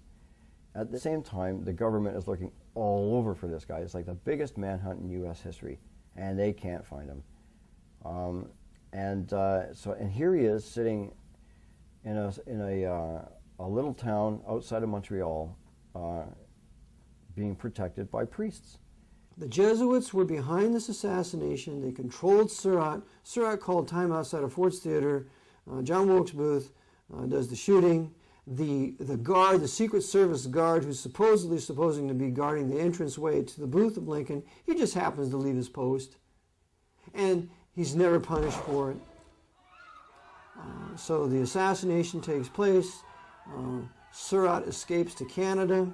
He's taken to Liverpool. He's taken from there to Rome. He enlists in the Pope's Zouave army. And in 1867, he is discovered through another Roman Catholic who reveals the truth about it. And he is then brought back to the United States and put on trial. He has 2 trials, and because Roman Catholics have more allegiance to their priests and the canon law than they do our country, when a Roman Catholic's on a jury, they can hang a jury and let the murderer go free, and that's exactly what happened to John Surratt. As a result of the Surratt affair and the papal policy of not allowing Protestant churches within the city of Rome, the United States of America ended diplomatic relations with the Vatican in 1867. But even with the end of diplomatic relations with the U.S., the Jesuits had achieved a great victory. First, hundreds of thousands of Protestants were dead. Second, much of the Protestant South lay in ruins. Third, forcing the South at gunpoint to stay in the Union had dealt a severe blow to the Constitution and the concept of freedom. And lastly, Lincoln was dead, and the Jesuits were avenged for his interference in the Chiniquy trial and his attempt to restore the Republic to its pre-war state. Adding insult to this situation, the Jesuit-controlled radical Republicans in Congress, men like Charles Sumner and Thaddeus Stevens, were able to pass the 14th Amendment in 1868. The 14th Amendment created a new type of citizen, a citizen of the United States.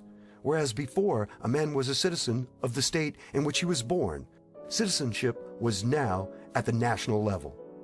Ostensibly, this new citizenship was created to help the freed slaves, but in reality, it was a measure that would allow the federal government to strip away constitutional rights from the people and replace those rights with privileges granted by the government. In Maxwell versus Dow of 1899, the Supreme Court said that none of the Bill of Rights are privileges and immunities of 14th Amendment U.S. citizenship. And the great dissent by John Marshall Harlan, the first Harlan, must be read by every viewer as he goes out of his chair to say that we don't enjoy real liberty, that our rights of American freemen have been overthrown, that our Anglo-Saxon liberties are gone. And then he reiterates in 1908 in Twining versus New Jersey, when Twining versus New Jersey comes out and says the First Amendment, the Second Amendment, the Third Amendment, the Fourth Amendment, the Fifth Amendment, the Sixth Amendment, the Seventh Amendment, the Eighth Amendment, none of those amendments are privileges and immunities of United States citizenship under the 14th Amendment. That's why in court you take your Fifth Amendment privilege. That's why you own a gun with a privilege. That's why you worship God now by a privilege granted from Washington. This ought to make us irate. All we have is Soviet citizenship, but all of us are. Whites and blacks were all slaves of the Jesuits from Washington, D.C., and none of us have any absolute rights to limit the powers of Washington. The only thing that limits Washington's powers are the decisions of the Supreme Court. The Supreme Court's controlled by the Jesuits of Georgetown. You got 5 Roman Catholics sitting on it now.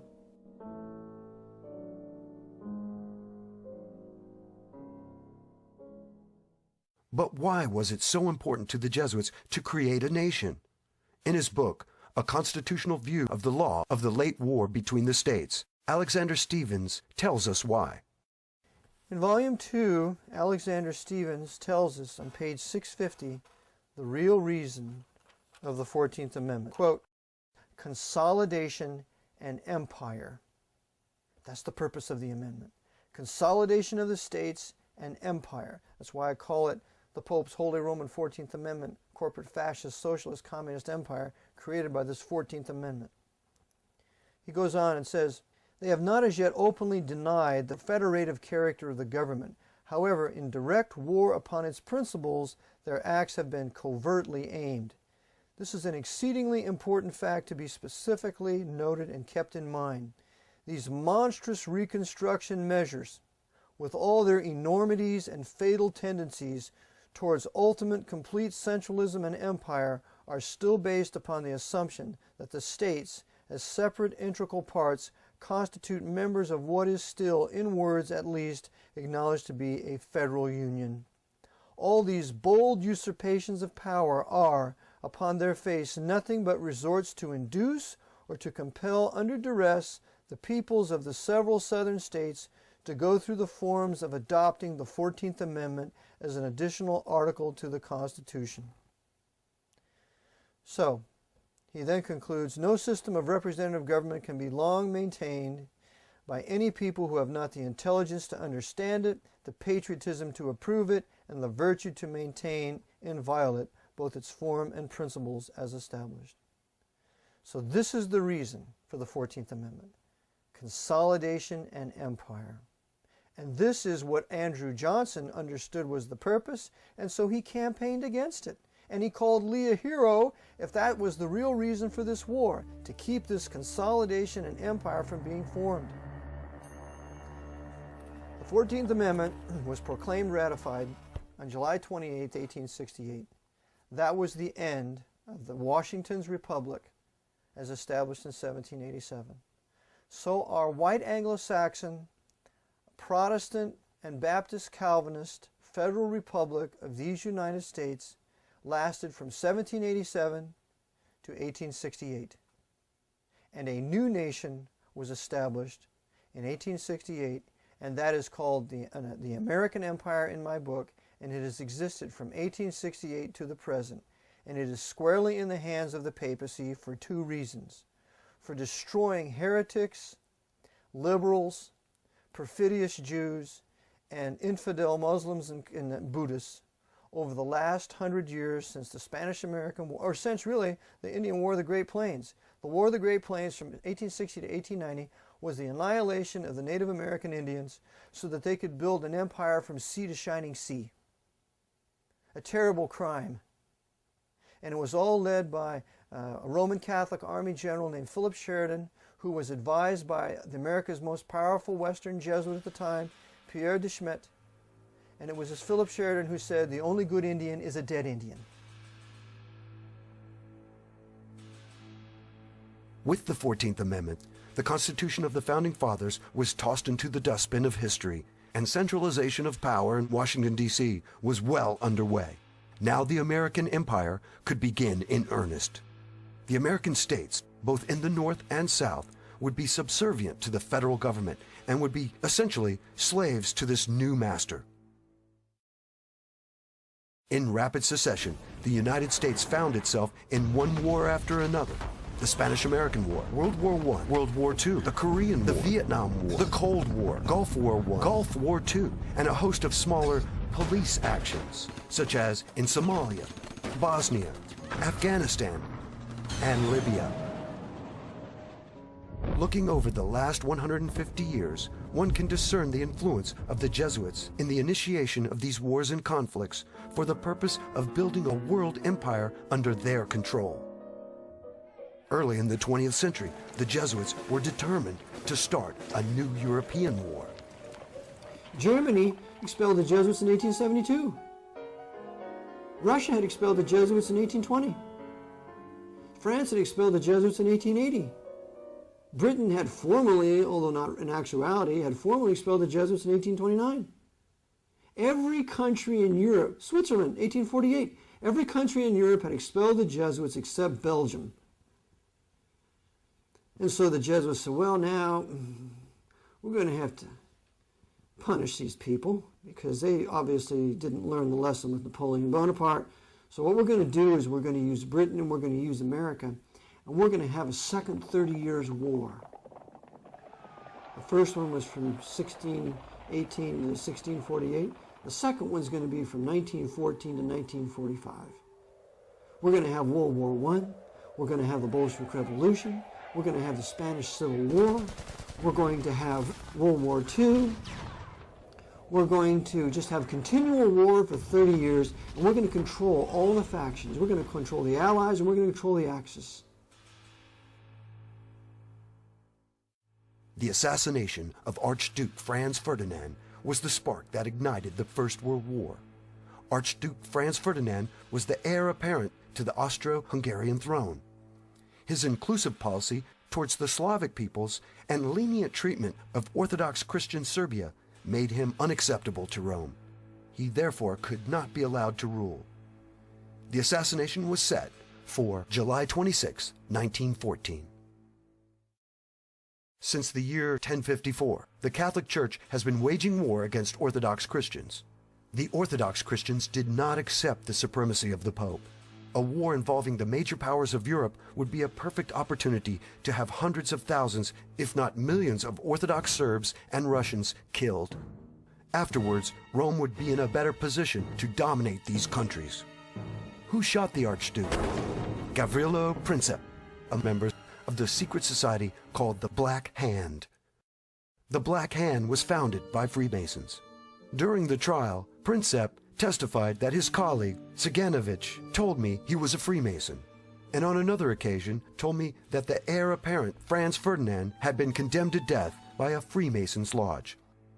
Even though a Masonic group carried out the murder, all of Serbia was blamed.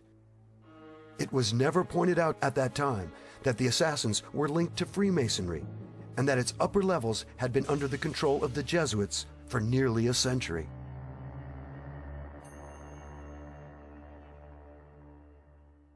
After World War I, a movement was put in motion to have a world government that would help the nations of the world live in peace.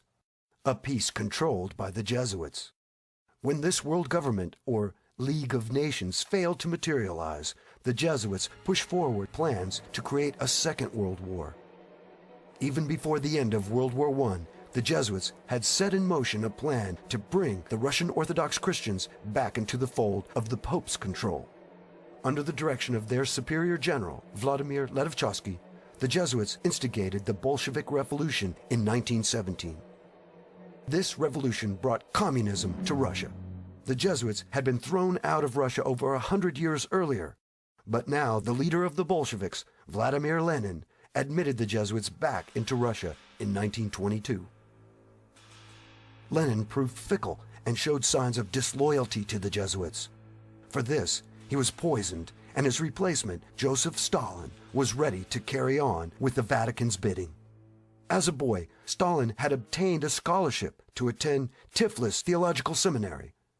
Openly, the school was Orthodox Christianity, but behind the scene, it was run by the Jesuits. In 1931, Stalin was interviewed by Emil Ludwig. Ludwig, do you not admit that the Jesuits have good points? Stalin, yes. They are systematic and persevering in working to achieve sordid ends, but their principal method is spying, prying, worming their way into people's souls and outraging their feelings. Once in power, Stalin killed millions of people, both Jews and Orthodox Christians. He killed anyone who would resist the new Soviet state he created based on Marxism. What many failed to understand was that Marxism was based on the Jesuit slave plantations, or reducciones, in South America, and Sir Thomas More's book, Utopia. What the Jesuits did was they were the masters of communism. Communism originates with the Roman Catholic traitor whose name was Sir Thomas More. Sir Thomas More betrayed King Henry VIII, gave his full allegiance to the Pope, and for which reason Thomas More was executed as a traitor, holding forth the Pope's temporal power over his allegiance to his king. Sir Thomas More is the author of Utopia. Utopia is the foundation for communism. So communism is Romanism. In fact, the orders, the many communities of the Roman Catholic institution, the Jesuit order, the Redemptorist, that goes on, they run on communist principles of universal equality. Communis is the Latin term. So therefore, communism is a brainchild of the Jesuits, but it has been made to look Jewish through implementing it through Marx and his Communist Manifesto, financed also by another Masonic British Freemason, Engels. Besides establishing communism in Russia after World War I, the Jesuits sought to re-establish the Pope's physical kingdom that had been taken from him in 1871. On June 7, 1929, the Lateran Treaty was ratified, which re-established the Pope's domain called Vatican City. The new Prime Minister of Italy, Benito Mussolini, was instrumental in bringing about the treaty. The treaty occurred only a few months before the economic crash that started in America and quickly spread around the world, called the Great Depression. Approximately $90 million worth of gold in lira, I think it was about $1 billion worth of lira, something like that, was given to the papacy by the Italian government. So for reparations, for lack of a better word, because we had been suppressed from 1870 to 1929, you owe us all this money. So Benito Mussolini enslaves the Italian Catholic people, makes them pay this huge sum, which they didn't want to pay. And what does the papacy do with this money? Well, this treaty is in about February or March. In October, the Jesuits crashed the American stock market, and they used their number one short seller, the Irish Roman Catholic Joseph P. Kennedy, to do it. So they sell short, the margin calls can't be met, the stock market crashes, and what happens? The Vatican takes their millions of dollars that they got from Mussolini and they invest it in all the corporations and businesses that are busted on Wall Street, and they buy it all for pennies. So by the time Wall Street comes back into power, the Archbishop of New York completely controls all the major corporations in this country. As banks began to fail, the Federal Reserve did not act to pump money into the system, which it should have done had those in control of it wanted to keep the banks afloat. As the chaos lingered and many lost their jobs and were driven into poverty, the Jesuits created a dictatorship out of the office of the President of the United States. In March 1933, the new president, Franklin Delano Roosevelt, signed into law a state of national emergency. Under such a state of emergency, the Constitution was set aside, ostensibly for the public good, until the emergency was canceled by the president. Roosevelt never canceled the emergency. This was verified in 1973 by the Church Matthias Committee and published in Senate Report 93-549. No American president since then has canceled the emergency. And even though Congress passed the National Emergency Termination Act in 1974, this termination was in name only. The reality was that the emergency powers taken were never returned. They continued in the U.S. Code as permanent powers. Thus, we are currently in a state of emergency or dictatorship. It should also be noted that Roosevelt was a 32nd degree Freemason.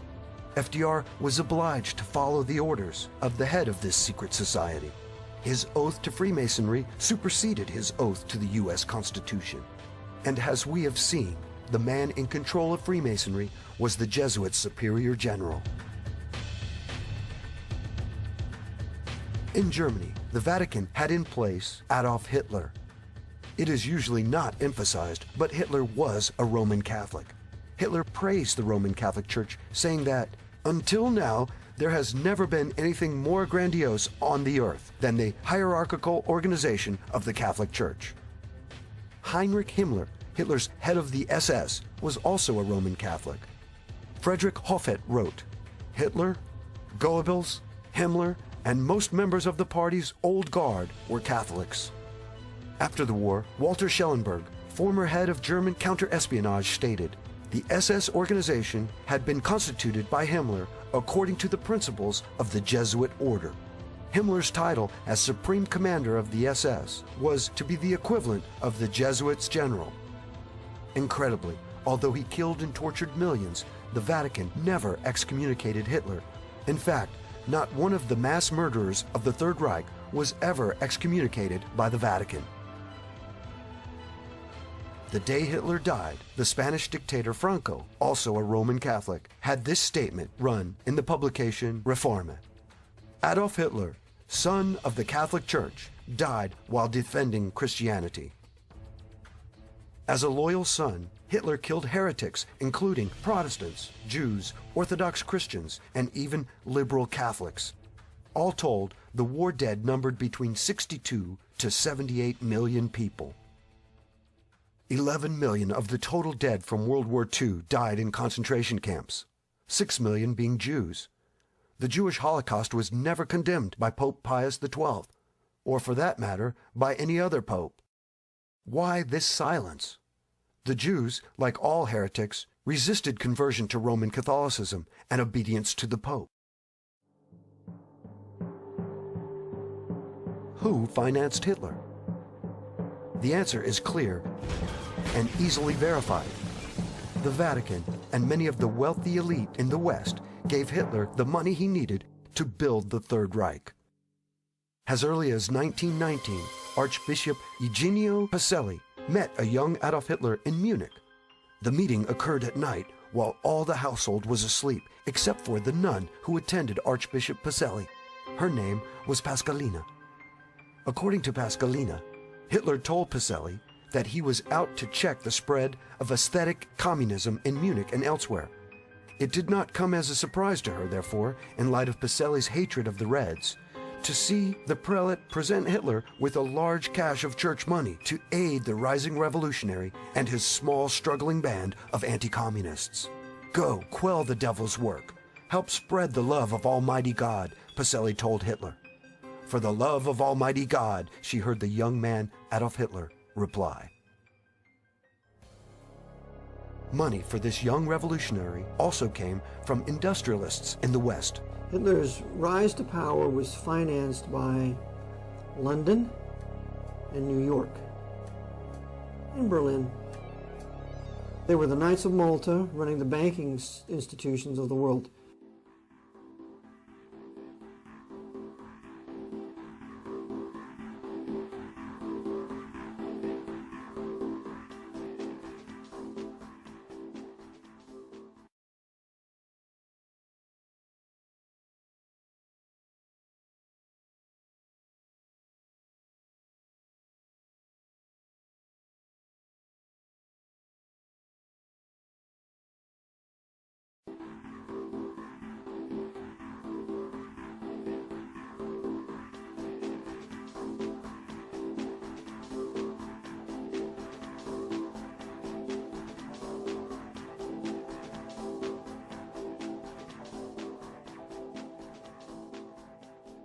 In the discipline of historical research, one of the greatest taboo subjects is to look into who financed Hitler. The answer is clear and easily verified. The Vatican and many of the wealthy elite in the West gave Hitler the money he needed to build the Third Reich. Many do not realize that Prescott Bush, the grandfather of President George W. Bush, and George Herbert Walker, the maternal great-grandfather of President George W. Bush, were Nazi collaborators. Along with Averell Harriman, they set up Union Banking Corporation as a complex money laundering operation for a number of Nazi front businesses. Documents at the National Archives and the Library of Congress show conclusively that Prescott Bush and George Herbert Walker should have been tried for treason because their Nazi dealings continued after the U.S. entered World War II. They had continued to do business with their primary Nazi patron, who was Fritz Thyssen, who backed Hitler beginning in 1921 and who was the wealthiest man in Germany, and a steel and coal baron who, with his partner Friedrich Flick, essentially built the Nazi war machine along with I.G. Farben. In 1951, when Fritz Thyssen died in Argentina, Union Banking Corporation was liquidated by the U.S. government, and Prescott Bush received $1.5 million for his holdings in his Nazi business, and that was the beginning of the Bush family fortune for all intents and purposes. George Bush doesn't take his philosophical foundation from the Bible or the teachings of Jesus in the Sermon on the Mount. George Bush takes his inspiration from what he learned in Skull and Bones and from the Thule Society that Hitler and Goebbels and Goring cut their teeth in, Bohemian Grove, these evil organizations that perpetrate the ugly things that these criminals are doing to this country for which they must be held accountable. The Jesuits created the Illuminati in 1776. The American branch of the Illuminati was called Skull and Bones and has its headquarters at CIA recruiting ground, Yale University. Prescott Bush was a member, as was his son and grandson, President George W. Bush. It is interesting that in the 2004 presidential election, two Skull and Bones members ran against each other. You were both in Skull and Bones, the secret society. It's so secret we can't talk about it. What does that mean for America? The conspiracy theorists are going to go wild. I'm sure they are. I don't know. I haven't seen the web. Number 322? First of all, he's not the nominee. And, look, I look forward... Are you prepared to lose? No, I'm not going to lose. You both were members of Skull and Bones, a secret society at Yale. What does that tell us? Not much, because it's a secret. Is there a secret handshake? Is there a secret code? I wish there were something secret I could manifest. 322, secret number? There are all kinds of secrets, Tim, but one thing is not a secret. I disagree with this president's direction. It is evident that the Bush family and others are under and have been under the control of the Jesuits for decades. Most people are familiar with Hitler's book, Mein Kampf. However, it may surprise many that Hitler did not write the book. Adolf Hitler was not a writer. Adolf Hitler was a newspaper reader. According to Kurt Kruger's great book, I Was Hitler's Doctor, it was published in 1934, he said that Hitler's lair was just filled with old newspapers, that's all he ever did was read. These old newspapers. He was not a writer. He was not a student of history. He was not a student of culture. If you read Mein Kampf, whoever wrote it knew the cultures of many different countries over many different centuries. They knew all about political practices. The writers of Mein Kampf were brilliant. And Mein Kampf, according to Leo Lehman, who was an Irish Roman Catholic priest, who wrote Behind the Dictators in 1942, said that Father Bernard Stampfel was the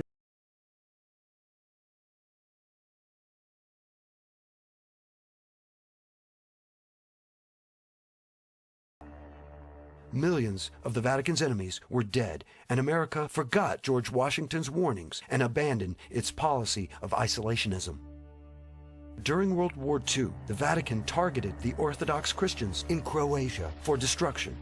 As in World War I, the Orthodox Serbians of Croatia suffered again in World War II. A campaign of terror and murder was inflicted on the Serbs by the Croatian Ustaše regime. The leader of the Ustaše was Ante Pavelić, a Roman Catholic. Pavelić and the Ustaše murdered around 500,000 people, while 250,000 were expelled and another 200,000 were forced to convert to Catholicism. Like the Jewish Holocaust, Pope Pius XII never condemned these atrocities, nor has any pope since then condemned them. Once the war had concluded, the Vatican helped former Nazis escape Germany to safe havens in South America. They even helped Ustaše leader Pavelić escape to Argentina. Pope Pius XII was the pope who saved hundreds of thousands of Europe's Nazis who passed through Vatican monasteries, Dominican, Benedictine, and Jesuit, where they were given shelter, new identities, new passports, sent largely to South America, but there were plenty sent elsewhere, including to the United States, where there was even a program to get the good ones out, Operation Paperclip, which is well known, but Canada let in and I know this, Mackenzie King let in tons of Nazis who passed through the Vatican monasteries, and this Pope Pius XII could, it's impossible he didn't know about that. After World War II, a conflict began between the Western powers, mainly the US and Britain, and those of the East, the Soviets and the Chinese. It came to be called the Cold War. From its beginning, the Cold War was a way of keeping the world in chaos and fear, pitting the Christian nations against the communist nations. And most importantly, a way to keep the spotlight off the Vatican. Many people knew of Rome's backing of the Catholic dictators of Europe. They also knew of Rome's aid in helping many of them to escape.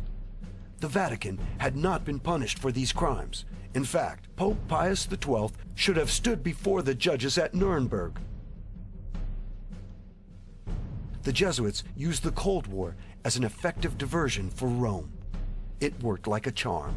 To get it started, a rock in the road had to be removed. That rock was General George S. Patton. At the end of World War II, General George Patton wanted to attack the Soviet Union. Patton saw the menace to the free world communism was and wanted to go ahead and end it.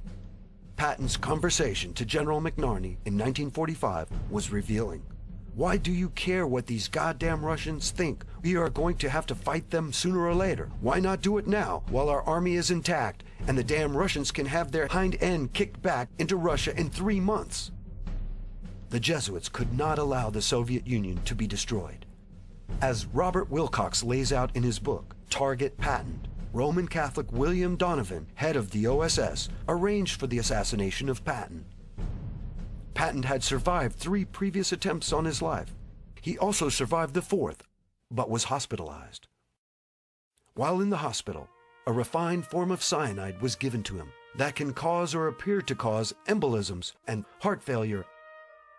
After making preparations to leave the hospital, Patton's health took a sudden turn for the worse, and he died. The result was that the Jesuits got their Cold War.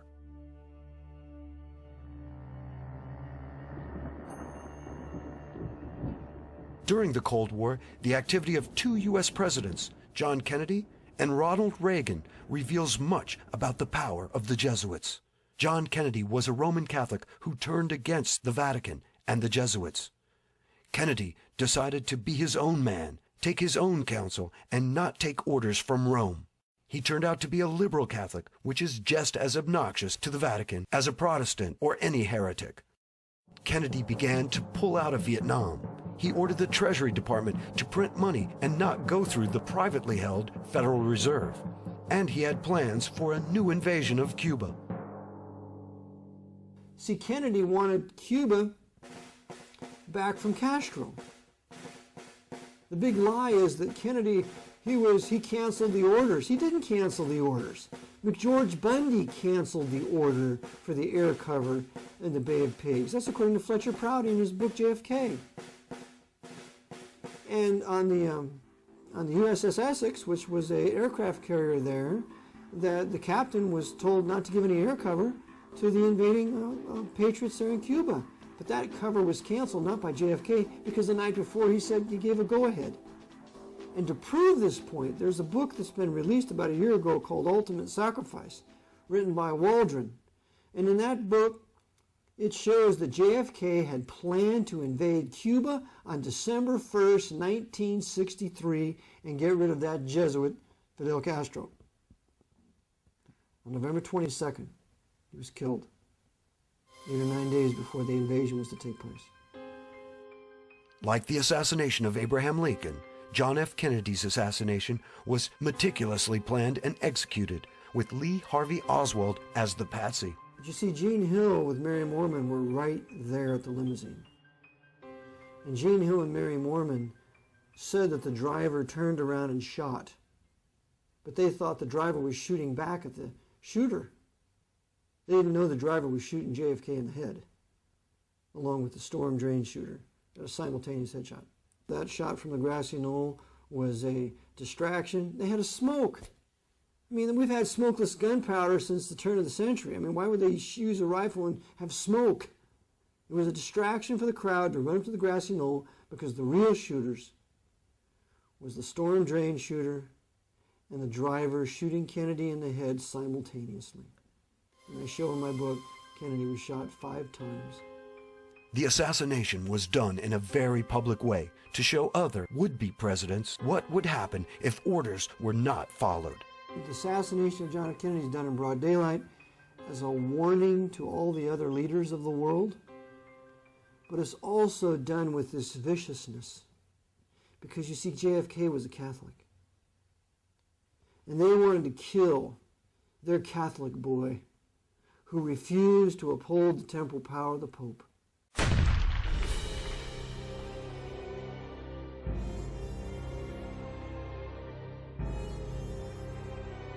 So they killed him viciously and cruelly as a warning to any other Catholic who would dare trammel the temporal power of the Pope. In contrast to Kennedy, Ronald Reagan did everything he could to court Vatican approval after an assassination attempt on his life in 1981. Well, Ronald Reagan was advocating some things that would have built the middle class that were generally pretty good. He was talking like a conservative. Evidently, he thought for a few minutes he was the president because he'd been told to choose George Bush as the vice presidential candidate. And all the conservatives said, how could you do this to us? And yet he's still, quote unquote, elected. So Reagan starts to advocate some pretty good things. And so, we're going to punish you, Ronnie. And so they carried out the attempted assassination. If he survives, he'll do what we're told, what he's told. If he doesn't survive, well, then George Bush will openly take his place and be the president. Either way, we win. So Jerry Parr, the Secret Service agent, shoots Reagan inside the vehicle and makes it look like Hinckley is the one who shot him. Hinckley did not shoot Reagan. Reagan was untouched at the time he was entering the limousine. He was shot inside the limousine by a Secret Service agent, and then, phenomenally enough, a Jewish doctor saved his life. So Bush was a part of this, of course. He was not openly made the president, but he was secretly the president during the entire 2 terms of Ronald Reagan. President Reagan has come to fulfill the greatest moment in the history of this conspiracy, because no other president has come as close as President Reagan with the Vatican, and even not even John F. Kennedy. What that means is they have done to President Kennedy, to President Reagan, what they were not able to do even through a Roman Catholic president. In 1984, Reagan established diplomatic relations with the Vatican. Not since 1867 had there been any official contact between the 2 countries. That relationship was formally restored by the worst president America has ever been disgraced with, our greatest traitor, Ronald Reagan. When he restored diplomatic relationships with the Vatican, formally recognized the sovereign state of Vatican City as a nation, and now America can enter into a concordat with the Pope as warned by ex-Jesuit Alberto Rivera for many years. Ex-Jesuit priest Alberto Rivera also revealed a secret concerning the inauguration of Ronald Reagan that some noted at the time, but few fully understood. Alberto Rivera made a startling statement in which he said there would be a sign given to Jesuits throughout the world when all churches would be taken over by the Jesuit order. The sign was to be when a president of the United States took his oath of office facing an obelisk. For the first time in U.S. history, the swearing-in ceremonies were moved to the west front of the Capitol, and President Reagan faced the Washington Monument. After Reagan's presidential reign, the Berlin Wall came down in 1989, and the Cold War ended. However, instead of greater freedom, nations around the world found their governments becoming more repressive. terrorism became the new foe, and the United States and other Western governments pledged to fight this new enemy at all cost. That included taking away all God-given rights from the people in order to bring about supposed peace and safety. In America and elsewhere, many noted that the government knew about the terrorist attacks in advance, but failed to stop them.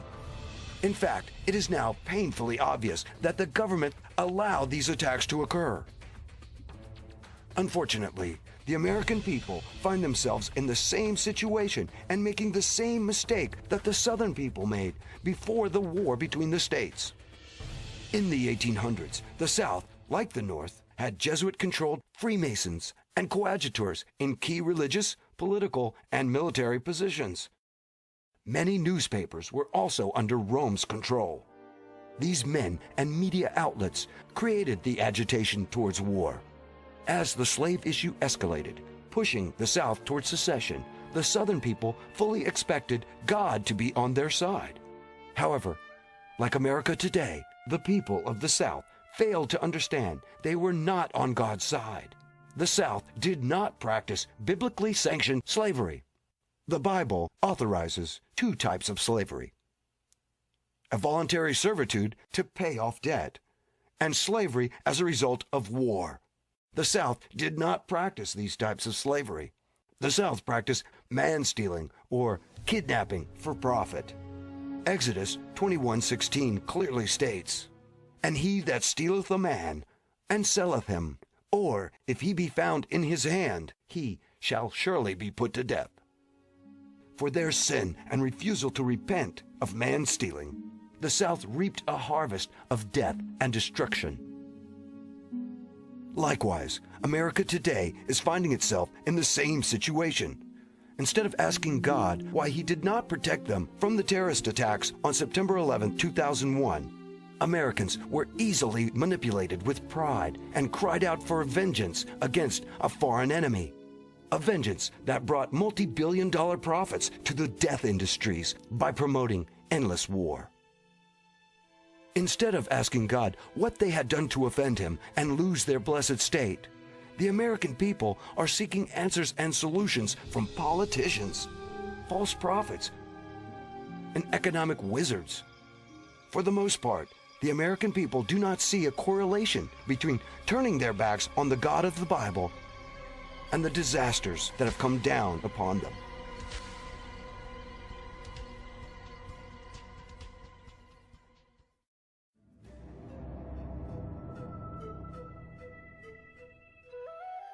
At the beginning of the 20th century, the Jesuits decided to implement their plans to create a central bank in the United States. Their plan would enable them to pay for the wars that were coming as the American empire expanded. Once this was accomplished, the common man would hold worthless paper, and the Jesuits would be in a position to fund new wars using the U.S. military as its muscle. The Jesuits, in their Counter-Reformation, have set out to destroy the Protestant Reformation, which had a middle class and private rights and private wealth and private land ownership. And in their attempt to bring the world back to the Dark Ages, the 13th century, when Pope Innocent III was the demon pope of all of Europe at the time, set out to destroy the Albigenses and others. To do this, to destroy Western Protestant civilization, they had to implement the pillars of the Communist Manifesto. Well, two of those pillars are these. The national credit would be in the hands of the federal government. So therefore, the credit of this country is in the federal government as extended by the Federal Reserve Bank, which is a private bank. Lewis versus U.S. tells us this in a federal case. So this private Federal Reserve Bank, which is controlled by the Vatican through its various orders, particularly the old crusading orders like the Knights of Malta and the Knights Templars, which are today high-level Freemasons, they have put upon us this horrible Federal Reserve Bank, which is the Pope's bank, to finance all the Pope's crusades since no later than the Spanish-American War of 1898 to the present. In order to create this central bank, certain obstacles had to be overcome. First, those opposed to a central bank would need to be removed, and secondly, the law would need to be changed, or simply appear to be changed. To deal with the troublesome individuals who opposed a central bank, the Jesuits spared no expense. They built a ship of death called the Titanic. The sinking of the Titanic was a design of the Jesuit order to get rid of the opposition to the creation of a central bank in the United States. And the men on the Titanic were opposed to a central bank. They had to die. Among those were John Jacob Astor, Isidor Straus, Benjamin Guggenheim, and a host of other millionaires who were opposed to a central bank in America. Therefore, they had to be taken out of the way, and they were on the Titanic. The company building the ship was owned by J.P. Morgan, who was himself an agent of the Rothschilds family, the Rothschilds being the bankers for the Pope and the Vatican. The main Jesuit targets were brought on board. The captain of the ship was Edward John Smith. It appears from his actions that Captain Smith was a Jesuit coadjutor, that is, a Jesuit who has taken the oath but does not wear the robes. A coadjutor blends into the scenery and never looks like a Jesuit priest. It is a veteran sea captain, Edward Smith, who orders the ship to travel through an 80-square-mile ice field at full speed on a moonless night. There had been over 8 telegrams warning the captain of the danger. He's warned 8 times, slow the ship down, slow the Titanic down, you're going too fast. Not once stopped. Knew there was an iceberg field up ahead, knew that he should have slowed down, but didn't. And so you look and you say, how was it that this man could go headlong into a field of icebergs and not slow the ship down, not be more careful? The only conclusion you can draw is, as a coadjutor of the Jesuit order, right through the line, the chain of command, he was told, sink the ship. And he did. On board the Titanic, and this is all documented in a National Geographic video that was put out in 1986. You can go to your local library, and they'll either have it on hand or they can get it on library loan. But on that videotape, it shows that as the Titanic was coming up along the coast of England, it had various stops. And at one stop, a Jesuit priest got on board. His name was Francis Brown.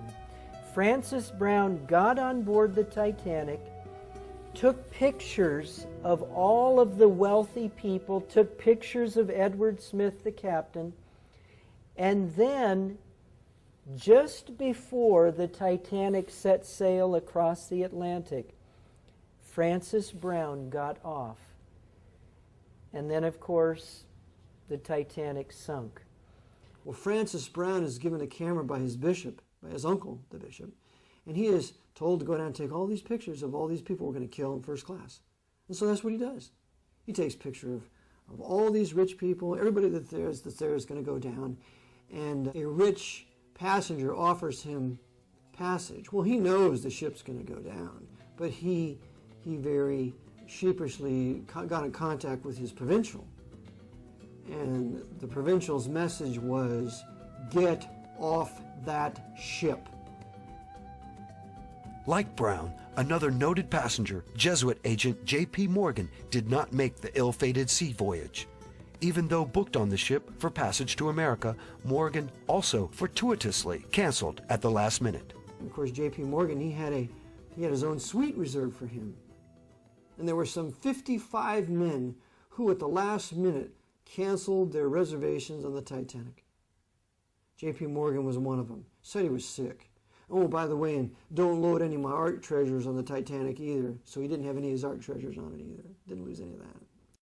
How do we know there was foul play involved with the Titanic? When the iceberg was sighted, it was First Officer Murdoch who attempted to port around the deadly object. This was sound enough, but Murdoch also ordered the engines into reverse. Author Wynne Wade asked the obvious question. As long as Murdoch was trying to veer out of the iceberg's way, why had he jammed on the brakes, so to speak, by throwing the engines full speed astern? In point of fact, the 1910 edition of Knight's Modern Seamanship clearly contradicted Murdoch's decision. The instructions are clear. Avoid reversing the engines.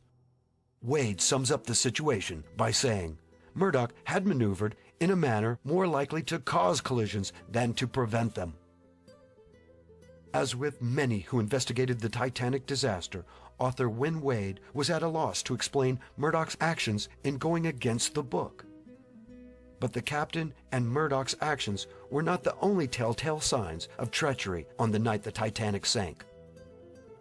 We see all sorts of anomalies in the Titanic. For example, when it was sinking, the emergency flares were to be red, so that ships in those lanes could see the Titanic was in trouble. Well, someone had taken away the red flares and replaced them with white flares, making it look like we were shooting off flares and having a party. And then the loading of the boats, we know that was a fraud. They didn't allow the lifeboats to be completely loaded. They were only half loaded, some 1/3 loaded, because the targets in the first class could not be allowed to board.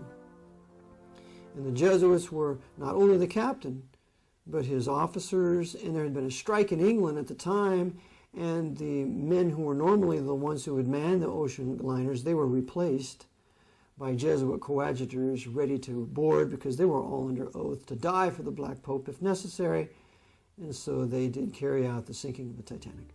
But how is it possible that men will commit suicide as Captain Smith and some of his hand-picked crew obviously did? We have to understand that these men have died to their own self-will. And so they have completely been emptied of their own personalities, and upon the order of their commander will do exactly what they're told. There's no such thing as a disobedient Jesuit. This serves as a warning to all the other men of power, not only in our country, but in England and Europe. You mess with us, and we're going to do to you what we did to all those people on Titanic, and we're going to thwart the investigation, because a subsequent investigation of the sinking of Titanic blamed Bruce Ismay, the right-hand man of J.P. Morgan, and Captain Lord of England. They were the scapegoats, when they could have easily blamed the men of power at that time. Saw who canceled their reservations. It was a Warren Commission all over again. 9/11 Commission all over again. It's a whitewash and cover-up, and that cover-up is even more powerful than the murder itself. After many of the leading opponents to a central bank had been removed, the Jesuits moved to obtain passage of the 16th Amendment and the Federal Reserve Act, both in 1913. So they created the Federal Reserve Bank to finance their crusades. Without the Federal Reserve Bank, there's no war in Iraq. Without the Federal Reserve Bank, there's no World War II. There's no World War I. And there's a book written by Katz called The Money Changers, and in it he says that it's the Federal Reserve Bank and the creators of all this paper currency, fiat money, credit out of thin air. Without that, you don't have these wars. So they needed the Federal Reserve Bank to create wars on heretic and liberal peoples in Europe so that they could restore the Pope's temporal power throughout the European nations that was being thrown off in the 1800s.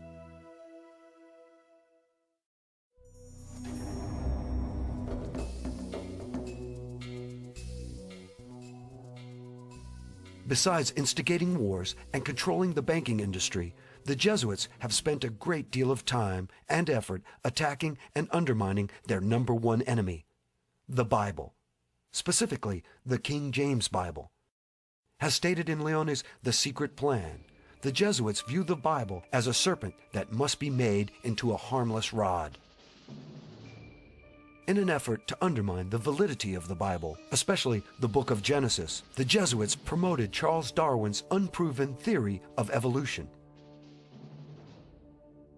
Evolution theory postulates that man evolved or came about by chance.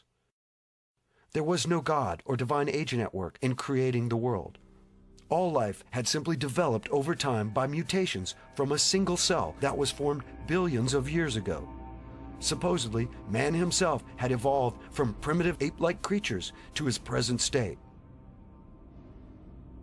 When the evolutionary theory needed proof of its validity, a young Jesuit priest by the name of Pierre Teilhard de Chardin appeared on the scene. In 1912, Teilhard assisted Charles Dawson at the digs in England where the Piltdown Man was discovered. This so-called missing link convinced most of the world that mankind had evolved from more ape-like creatures. It was not until 40 years later that the Piltdown Man was discovered to be a hoax. Philip Johnson, in his book Darwin on Trial, has this to say. Many persons familiar with the evidence, including Stephen Jay Gould and Louis Leakey, have concluded that Teilhard de Chardin was probably culpably involved in preparing the Piltdown fraud. By the time Piltdown Man was exposed, a generation had been indoctrinated into the belief that the evolutionary theory had a solid foundation in science. The truth of the matter is that the evolutionary theory is questionable or bad science, with no solid foundations in truth. To illustrate this fact, let's look at an exchange between author Luther Sunderland and Dr. Colin Patterson. Luther Sunderland was a creationist author and exponent. In 1978, Dr. Patterson, a senior paleontologist at the British Museum of Natural History in London, published a book entitled Evolution. Sunderland wrote to Dr. Patterson and asked why the preeminent evolutionist had not included any pictures of transitional fossils in his book. Dr. Patterson candidly replied, "I fully agree with your comments on the lack of direct illustrations of evolutionary transitions in my book. If I knew of any, fossil or living, I would certainly have included them. You suggest that an artist should be used to visualize such transformations, but where would he get the information from? I could not, honestly, provide it, and if I were to leave it to artistic license, would that not mislead the reader?" Like a bombshell, this statement by Dr. Patterson hit the evolutionary world and enraged it. Patterson sought to pacify his evolutionary colleagues, but he never recanted. To those who had a modicum of common sense, it was evident that the evolutionary emperor was not wearing any clothes. Evolution was just a theory that had no hard evidence to back it up. In his 1996 book, Darwin's Black Box, Dr. Michael Behe made this rather pointed observation. In the face of the enormous complexity that modern biochemistry has uncovered in the cell, the scientific community is paralyzed. No one at Harvard University, no one at the National Institutes of Health, no member of the National Academy of Sciences, no Nobel Prize winner, no one at all can give a detailed account of how the cilium, or vision, or blood clotting, or any complex biochemical process might have developed in a Darwinian fashion. But in spite of this and other overwhelming evidence that the evolutionary theory had no foundation in fact, the Vatican came out with an extraordinary statement. On October 22, 1996, the same year as Behe's book, Pope John Paul II issued a statement to the Pontifical Academy in which he said, "New knowledge has led to the recognition of the theory of evolution as more than hypothesis." This endorsement of evolution showed the true nature of the Vatican. The God of the Bible had to be denied and relegated to the past. The Jesuit plan to cast doubt on the Bible as God's word of truth had come a long way. But Darwin's theory of evolution was not their greatest achievement in undermining biblical authority. The Jesuits set in motion an attack on the original Greek text of the Bible. The New Testament was written in Greek. For over 1900 years, the Greek text of the Scriptures had endured and come down to us as it was read by the first Christians. To be sure, we now only have copies of the originals, but the text has remained the same. Today there are 5,686 Greek New Testament manuscripts in existence. Of these manuscripts, the majority, over 90%, have been used over the centuries as a basis for the text of the New Testament. This majority text came out of Antioch in Syria. Antioch became the headquarters for Christians of the first century, and the majority text is often referred to as the Antiochian text. But the authoritative line of manuscripts is more often called the Textus Receptus, or received text. The King James Version is based on the received text. In the past, there have been attempts to alter the received text. A group of Gnostic Christians centered in Alexandria, Egypt, altered some manuscripts in the 3rd century. The corrupted Alexandrian manuscripts downplayed the divinity of Jesus. The famous scholar Origen seems to have had a hand in this undertaking. However, the Christians of that time were not fooled. In the 4th century, another attempt to pass on these same corrupted manuscripts was led by the Roman Catholic scholar Jerome. Jerome made a translation of the Bible using the corrupted Alexandrian texts in 380 AD. Jerome called his translation the Vulgate. Jerome's new translation was promoted by Rome, and those who did not use it were persecuted. It was not until the Reformation that the uncorrupted received text was again used to translate God's Word into the common language. The result was such translations as Luther's German New Testament of 1522, Tyndale's English New Testament of 1526, the Geneva Bible of 1560, and the King James Bible of 1611.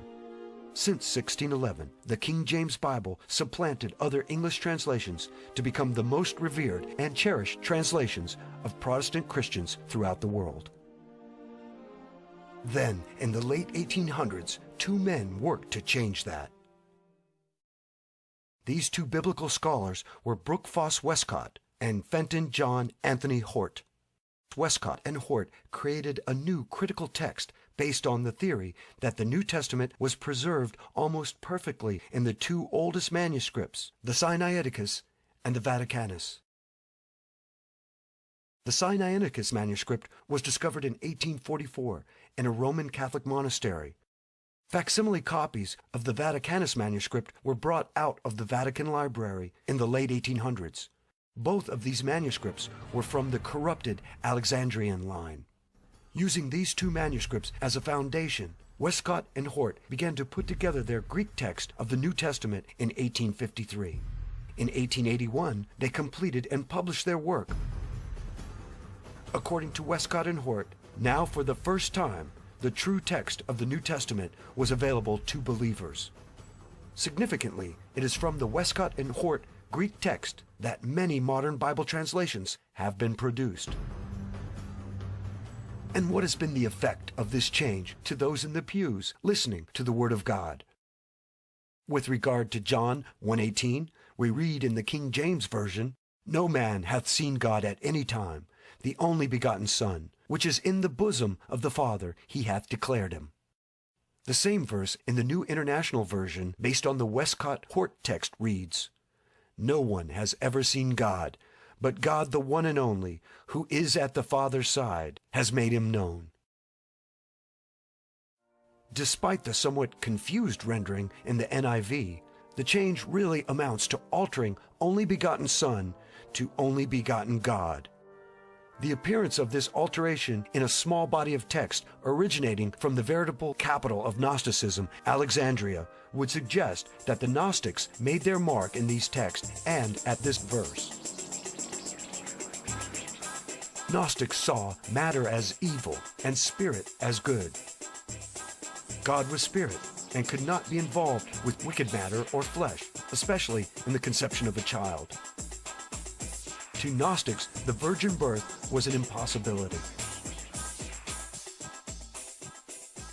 Another example of the corrupt influence of the Alexandrian manuscript was found in Acts 2:30. King David is spoken of in this verse as, "Being a prophet and knowing that God has sworn with an oath to him, that of the fruit of his loins, according to the flesh, he would raise up Christ to sit on his throne." The same verse in the New International Version, based on the Westcott-Hort text, reads, "But he was a prophet and knew that God had promised him on oath that he would place one of his descendants on his throne." This is a clear-cut example of the removal of a biblical statement concerning the literal incarnation and physical descendants of Jesus Christ from David.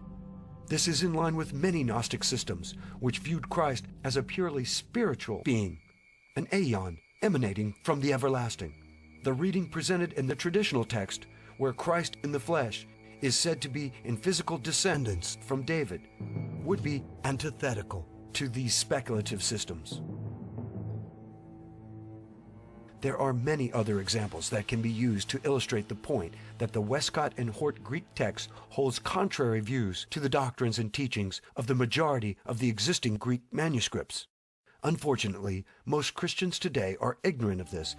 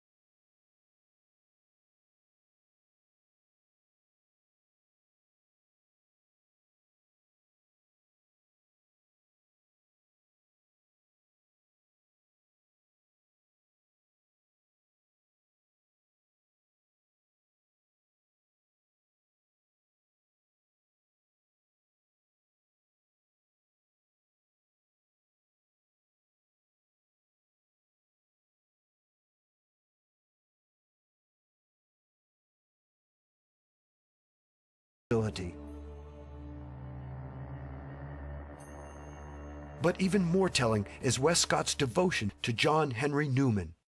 Newman, along with several other Church of England clergymen, began the Oxford movement in 1833. The purpose of this secret movement was to reunite the Church of England with the Roman Catholic Church. That same year, a clandestine meeting was held in Rome between John Henry Newman, Richard Froude, and Monsignor Wiseman. When asked what it would take for the Church of England to be accepted back into the Roman Catholic Church, Monsignor Wiseman answered, "The Church of England must accept the Council of Trent in its entirety." Consider that. In 1833, the spokesman for the papacy brings up the acceptance of the Council of Trent as the main condition for reuniting with Rome. The Council of Trent met and declared 125 anathemas against the Protestant Reformation. The Pope and the Jesuits had not changed their minds then or to this day. For 12 years, Newman and his colleagues worked secretly to push the Church of England back into the arms of the papacy. When this secret society and its intentions were discovered, Newman and 150 followers defected to the Roman Church. It is apparent that Westcott was one of Newman's disciples who did not defect, but rather remained as a tool of Rome. Westcott's scholastic partner and pupil, Fenton John Anthony Hort, was no better in his biblical faith. Although Hort doubted the existence of a literal devil and of eternal punishment for the godless, he did believe in the Roman Catholic concept of purgatory. Hort stated that the idea of purgation, of cleansing as by fire, seems to me inseparable from what the Bible teaches us of the divine chastisements. Hort also adhered to the Roman Catholic teaching of baptismal regeneration. Hort stated, "We maintain baptismal regeneration as the most important of doctrines. The pure Romish view seems to me nearer and more likely to lead to the truth than the evangelical."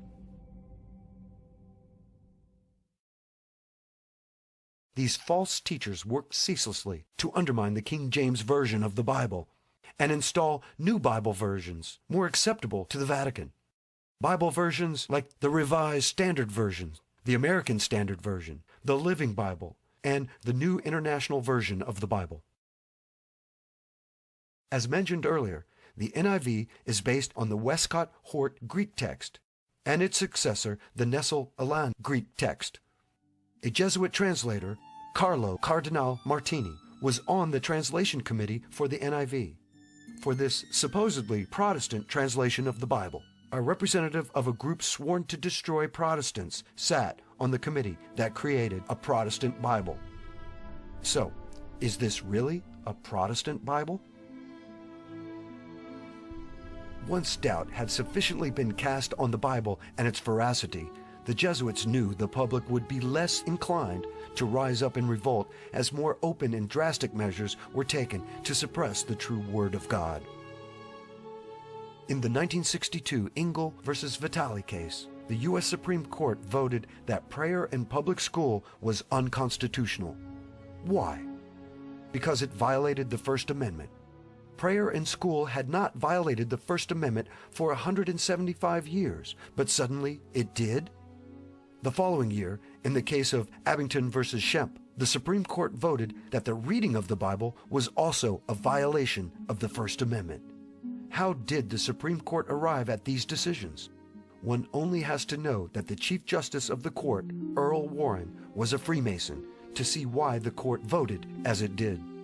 And why did the President and Congress not impeach these Supreme Court justices and remove them from the court? The answer is simple. The President and Congress agreed with the decision.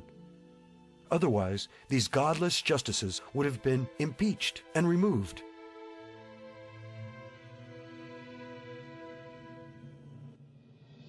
How did this happen? First, in the 1950s, churches began to incorporate and organize as tax-exempt organizations.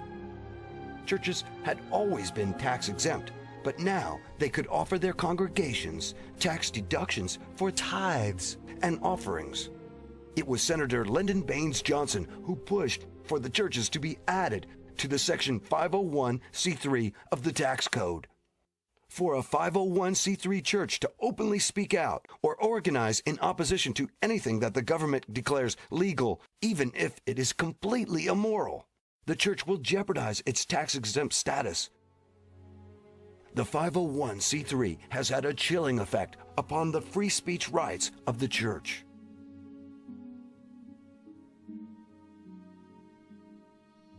Another reason for the demise of the Protestant churches in America was that church pulpits and leadership had been infiltrated and subverted by Freemasons and Jesuit coadjutors.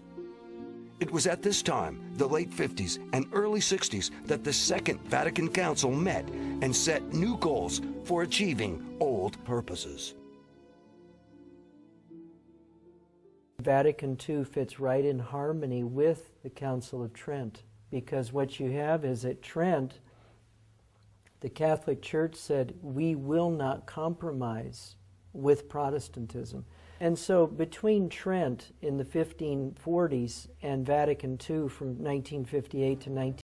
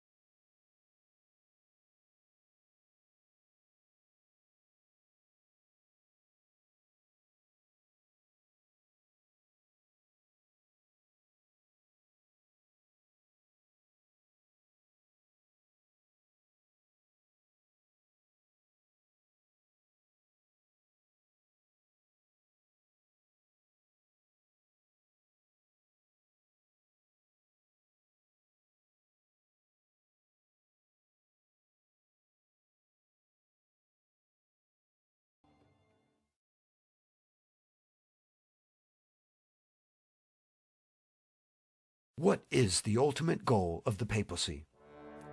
What is it that has not changed since the meetings in Vienna, Verona, and Chery in the early 1800s? The answer is domination of the world.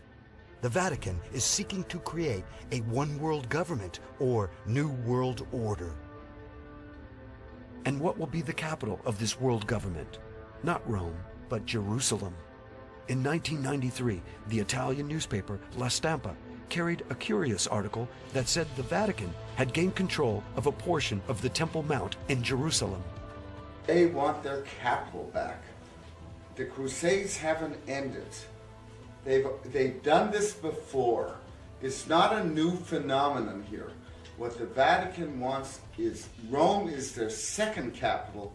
They want a crusade to liberate what they view as their actual physical capital. And that's where they don't want Jews in Jerusalem. What they're trying to do with this war now is take an eraser to all of these countries, right? Now you have no more countries. One massive trading bloc, right? In the middle of this, you've got a city that is revered big time. The papacy has wanted to move from Rome to Jerusalem ever since the very first crusade. They still want to do that. And how do we know this? We know this because a person named Marc Halter, the French intellectual friend of Shimon Peres, gave an interview in a now defunct magazine, Israeli magazine Shishi, where he said in May of 1993, I delivered a letter to the Pope, Shimon Peres, promising the Vatican East Jerusalem. And he gave a few details. East Jerusalem would be policed by the UN. The Vatican would get control of all holy sites of all religions. And the PLO would get a state within this enclave. The Vatican gets the holy sites, and the UN gets to police the place. And now we've got two magazine confirmations. And Arafat agreed to this. According to Listampa, 3 days before the signing of the Declaration of Principles, Arafat agreed to the deal. And then when he didn't get the deal, the terror started in earnest.